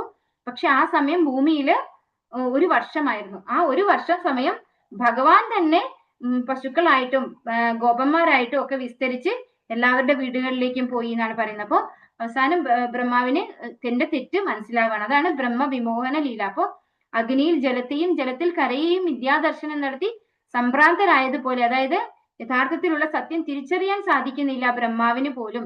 പിന്നെ ഗോവർദ്ധന ലീല എല്ലാവർക്കും അറിയായിരിക്കും. ദേവേന്ദ്രനും വ്യാമോഹിതനായി അല്ലെ. ദേവേന്ദ്രൻ അഹങ്കാരം കൊണ്ട് മഴ പെയ്യിച്ച് വ്രജഭൂമി മുഴുവൻ വെള്ളത്തിലും ആഴ്ത്താൻ ശ്രമിക്കുകയുണ്ടായത്. ആ സമയത്ത് ഗോവർദ്ധനം ഉദ്ധരിച്ചുകൊണ്ട് ഭഗവാൻ എല്ലാവരെയും സംരക്ഷിക്കുന്നു. അപ്പോ അവിടെ ദേവേന്ദ്രനും അങ്ങനെ ഒരു വ്യാമോഹം സംഭവിച്ചു പോയി. മാർക്കണ്ഡേയ മുനിയുടെ കഥ പറയുന്നത് ഒരു പ്രളയത്തില് ഭഗവാന് ആലിലയിൽ ഇരിക്കുന്ന കണ്ണനായിട്ട്, കാൽവിരൽ കുടിക്കുന്ന കണ്ണനായിട്ട് കാണുന്ന ഒരു ലീലയാണ്. കൂടുതൽ എനിക്കത് പറഞ്ഞുതരാൻ അറിയില്ല. തേജോ വാരി മൃതാം യഥാ വിനിമയോ യത്ര ത്രിസർഗോ മൃഷ. മനസ്സിലാവുന്നുണ്ടോ? ഞാൻ കുറച്ച് സ്പീഡ് കൂടി പോയിട്ടുണ്ട് ഇപ്പോ അവസാനമായപ്പോ. മനസ്സിലാവുന്നുണ്ടോ? സ്പീഡ് കുറയ്ക്കണോ? പ്രകൃതിയുടെ ഹരേ കൃഷ്ണ. പ്രകൃതിയുടെ ത്രിഗുണങ്ങളുടെ പ്രത്യാഘാത നിമിത്തം പ്രത്യക്ഷമായ ഈ താത്കാലിക ഭൗതിക പ്രപഞ്ചം വാസ്തവമാണെന്ന തോന്നലിന് കാരണവും അങ്ങ് തന്നെ. അപ്പോ ഈ ഭൗതിക പ്രകൃതിയുടെ ത്രിഗുണങ്ങൾ നിമിത്തമാണ് ഈ താത്കാലികമായ പ്രപഞ്ചം എന്തായിട്ട് തോന്നുന്നത്? നമുക്ക് വാസ്തവമാണ് അല്ലെ. നമ്മൾ ഈ ശരീരമാണെന്നുള്ള ബോധത്തിന് നമ്മൾ ഇരിക്കേണ്ടി വരുന്നത് എന്തുകൊണ്ടാണ്? ഭൗതിക പ്രകൃതിയിലെ ത്രിഗുണങ്ങളുടെ പ്രത്യാഘാതം നിമിത്തമാണ് എന്ന് പറയുന്നു. ഭൗതിക പ്രപഞ്ചം വാസ്തവമാണെന്ന തോന്നൽ, ശരീരം, വീട്, സന്തോഷം, ക്ലേശം മുതലായവ ഉൾപ്പെടെ ഈ ലോകത്തെ എല്ലാം താൽക്കാലികമാണ്, എല്ലാം ടെമ്പററി ആണ് അല്ലെ, കുറച്ച് സമയത്തേക്ക്. അതായത് ഈ ഭൗതിക ലോകത്ത് എല്ലാത്തിനും എന്തുകൊണ്ട് എക്സ്പയറി ഡേറ്റ് ഉണ്ട്. നമ്മൾ മാർക്കറ്റിൽ പോയ സാധനത്തിന്റെ എക്സ്പയറി ഡേറ്റ് നോക്കും അല്ലെ, നമ്മൾ അറിയുന്നില്ല ഈ പ്രപഞ്ചത്തിന് പോലും എക്സ്പയറി ഡേറ്റ് ഉണ്ടെന്നല്ലേ. എല്ലാത്തിനും എക്സ്പയറി ഡേറ്റ് ഇവിടെ ഉണ്ട്, എന്നിട്ടും അത് വാസ്തവമാണെന്ന് തോന്നിപ്പിക്കുന്നു. ഭൗതിക ലോകത്തെ സ്വപ്നമായി ഉപമിക്കുന്നു. ഉദാഹരണം, സ്വപ്നത്തിൽ ഒരാൾ കടുവ വേട്ടയാടുന്നത് കാണുന്നു. കടുവ വേട്ടയാടുന്നത് മൂലമുള്ള കഷ്ടപ്പാടുകൾ യഥാർത്ഥത്തിൽ നിലവിലില്ല, എന്നിട്ടും അതിന്റെ പ്രഭാവം യഥാർത്ഥമാണ്. അതായത് നമ്മൾ ഈ ശരീരത്തിന്റെ ക്ലേശങ്ങളാണ് യഥാർത്ഥത്തിൽ ക്ലേശമായിട്ട് എല്ലാവരും വിചാരിക്കുന്നത് അല്ലെ. നമ്മുടെ ശരീരത്തിന് എന്ത് ബുദ്ധിമുട്ടുണ്ടെങ്കിലും നമുക്ക് ഭയങ്കര ബുദ്ധിമുട്ടാണത്. പക്ഷെ ഈ ശരീരമേ എന്താണ്? നശ്വരമാണ്. ഒരിക്കൽ മരിച്ചു കഴിഞ്ഞാൽ തീർന്നു, അത് ശരീരം ഇല്ല. പിന്നെയും ജീവാത്മാവ് എന്തുണ്ട്? അവിടെ നിലനിൽക്കുന്നുണ്ട്, അതിനൊരു ക്ലേശങ്ങളും ഇല്ല. അപ്പൊ അതാണ് ഇവിടെ പറയുന്നത്. ഒരു സ്വപ്നത്തിൽ നമ്മളൊരു പ്രോബ്ലം കാണുന്നത് പോലെയാണ് നമ്മുടെ ഈ ശരീര സംബന്ധിയായിട്ടുള്ള എല്ലാ പ്രോബ്ലങ്ങളും. ധാംനാ സ്വേന സദാ നിരസ്ത കുഹകം. ലോകത്തിലെ മായയിൽ നിന്നും നിത്യവിമുക്തമായ ആത്മീയ ധാമത്തിൽ ഭഗവാൻ ശ്രീകൃഷ്ണൻ ശാശ്വതനായി നിലകൊള്ളുന്നു. അപ്പൊ ഭഗവാന്റെ ധാമത്തിലെ ശാശ്വതനായിട്ട് ശ്രീകൃഷ്ണ ഭഗവാനായിട്ട് അവിടെ നിലകൊള്ളുന്നു എന്നാണ് ധാംനാ സ്വേന സദാ നിരസ്ത കുഹകം എന്ന് പറയുന്ന വാക്കിന്റെ അർത്ഥം വരുന്നത്. ഹരേ കൃഷ്ണ കൃഷ്ണ കൃഷ്ണ ഹരേ ഹരേ, ഹരേ രാമ രാമ രാമ ഹരേ ഹരേ. വാഞ്ചാകൽപതരുഭ്യശ്ച കൃപാ സിന്ധുഭ്യേവ ച പതിതാനാം പാവനേഭ്യോ വൈഷ്ണവേഭ്യോ നമോ നമഃ. अनंत कोटि वैष्णव वृंद की जय, श्रील प्रभुपाद की जय, गुरु महाराज की जय, निताय गौर प्रेमानंदे, हरि हरि बोल। सर्वम श्री कृष्णार्पणमस्तु। हरे कृष्णा।